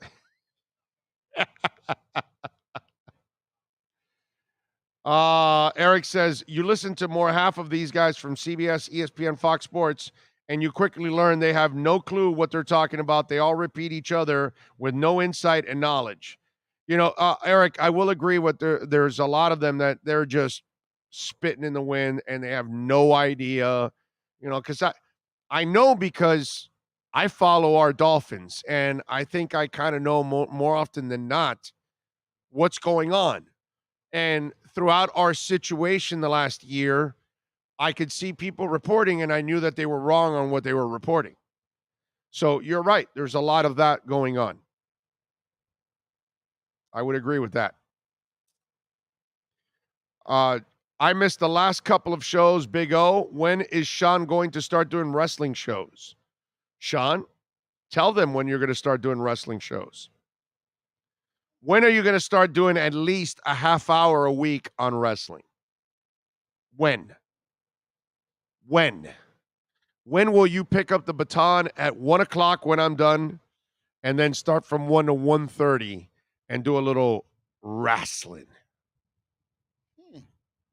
Or would you want to do it from 9:30 to 10?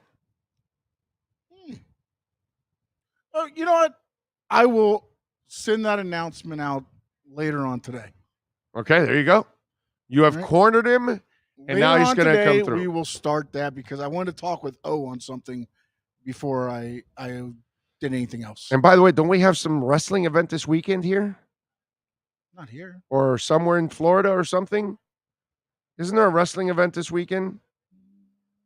Not that am I missing something? Or is it coming? No, or it happened already? I know AEW returns back to Jacksonville next week, but I don't know. Oh, that's it, next week. Okay. I don't know if that's what you're referring to. I don't know. You've got so many insights and insiders. I'm trying. I may not have. No. I was cruising around preparing, and I thought I saw some wrestling event in Florida coming or something. Well, SmackDown is also coming to Miami, March next month. March. That's 9th, what it I is. think That's it. SmackDown. Yeah. That's so it's next month. It's March 9th, I believe. Okay, so that's like a week and a half away. Okay, all right. So that's it. It's the SmackDown thing. Yeah. Okay. I saw that. Yes. I'm sorry. Yeah. Okay. That as well. Yep. Why aren't we broadcasting from there? No, it's not worth it. The thing is, they open the doors, and the way with the COVID restrictions at the I want to say American, but it's not. It's FTX Arena. Well, you got to start your wrestling show so we can start getting those people on your wrestling show. Yes. So we can start getting, and maybe even on our show here too, or whatever. Yes, we'll sit and discuss that after. Okay, we'll do that. Because remember, you gotta carry me on there because I know nothing about wrestling. You know, I'm gonna ask like stupid questions.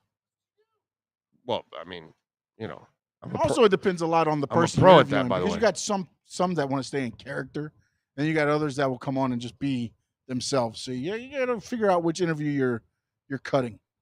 Okay, I'll let you figure out, then I'll follow. Good deal. You're the lead on that, bro. I got to follow you in that area. So I will follow you, my friend, on that one. So there you go. You guys have cornered him. Now he knows he's got to figure it out and add the wrestling show so we can add more content to the show. And by the way, when he starts that wrestling show, I want a shit ton of support from my man Sean. Okay?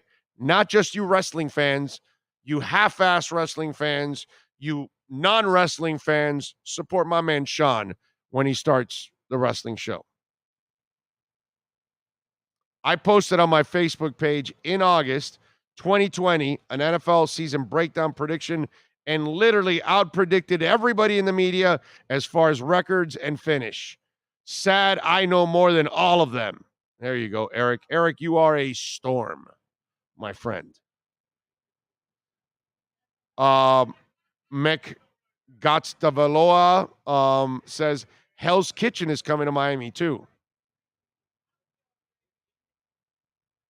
You know, my wife and my daughter don't watch the show. What do I got to do to get them there? Are there tickets to buy for Hell's Kitchen? I'd like to surprise my daughter and my wife with that. For them to go to that show. Is that do they sell tickets for that show, or do you have to make a line like they do in Hollywood that they don't sell them, like you got to go early and whatever or something like that, or I don't know. I have no idea. You mean like a television audience type thing? I'm when he says Hell's Kitchen, is that the show? Is it coming? Or is it a restaurant? Oh, they might be opening out. You know what? You might be right. Right, because I know I've seen the restaurant, but I don't know. Are they filming the show here? Is that what this gentleman is saying? So I ask out of pure ignorance. I have no idea. But if that dude, what's the name of that maniac with the white hair, the chef, what's his name? If he's coming here to film the show and there's a way to get tickets, I would love to surprise my wife and my daughter with a pair of tickets. Because they watch him religiously, dude. They watch all kinds of cooking shows. They watch the ones with Guy Fieri, too. I like Guy Fieri. He's just a likable dude. He's got it, bro. Gordon Ramsay, that's it. That was Gota Valoa. There you go. And Man of 1,005 Volts. Okay. So, yeah, he says, I think it's just a restaurant, Big O, but I think you could get tickets for the actual show. But is it filmed here? Are they filming it here or somewhere else? No, it'd be somewhere else. If it's somewhere else, no. But, I mean, if it's here, that's why I ask. Are they, again, I know nothing about this. I'm asking out of pure ignorance. But if they're coming here, I would like to do it. But if the restaurant's coming here, usually he'll probably do a guest spot and be at the restaurant, so maybe you can get some tickets for that. Okay, but at least if the restaurant, I can go take them, for a little dinner at least one night. Yeah, maybe get Gordon to come out and yell at him. Yeah. All right. We thank Ira. We thank Manny. We thank Omar Kelly. Again, we thank Lenny the Locksmith. 10 great locations. New sponsor to the program, 561-284-5090. We also thank KSDT CPAs. Listen, you're doing your taxes, and if you are investing in crypto like I am, they have a crypto department. So you can do your taxes and crypto all at the same time. They are one of Forbes' best accounting and tax firms in 2022. Call them 305-670-3370 or in Weston, 954-485-5788. So thank you to Lenny the Locksmith and KSDT, two brand new sponsors to the program. We thank Sean Stanley, as always, mastering this show. We will see you on Monday. Same time, same place. Same bat channel. Love you all. The Big O Radio Show is looking for an experienced salesperson in the radio or TV business. The candidate must have at least 5 years of sales experience in the broadcast business over the last 10 years. Please email your phone number and resume to bigoradioshow@yahoo.com. That's bigoradioshow@yahoo.com. Looking for an aggressive person who can help our platform expand into many avenues in our business. Reach out if you are the person that's able to make a difference.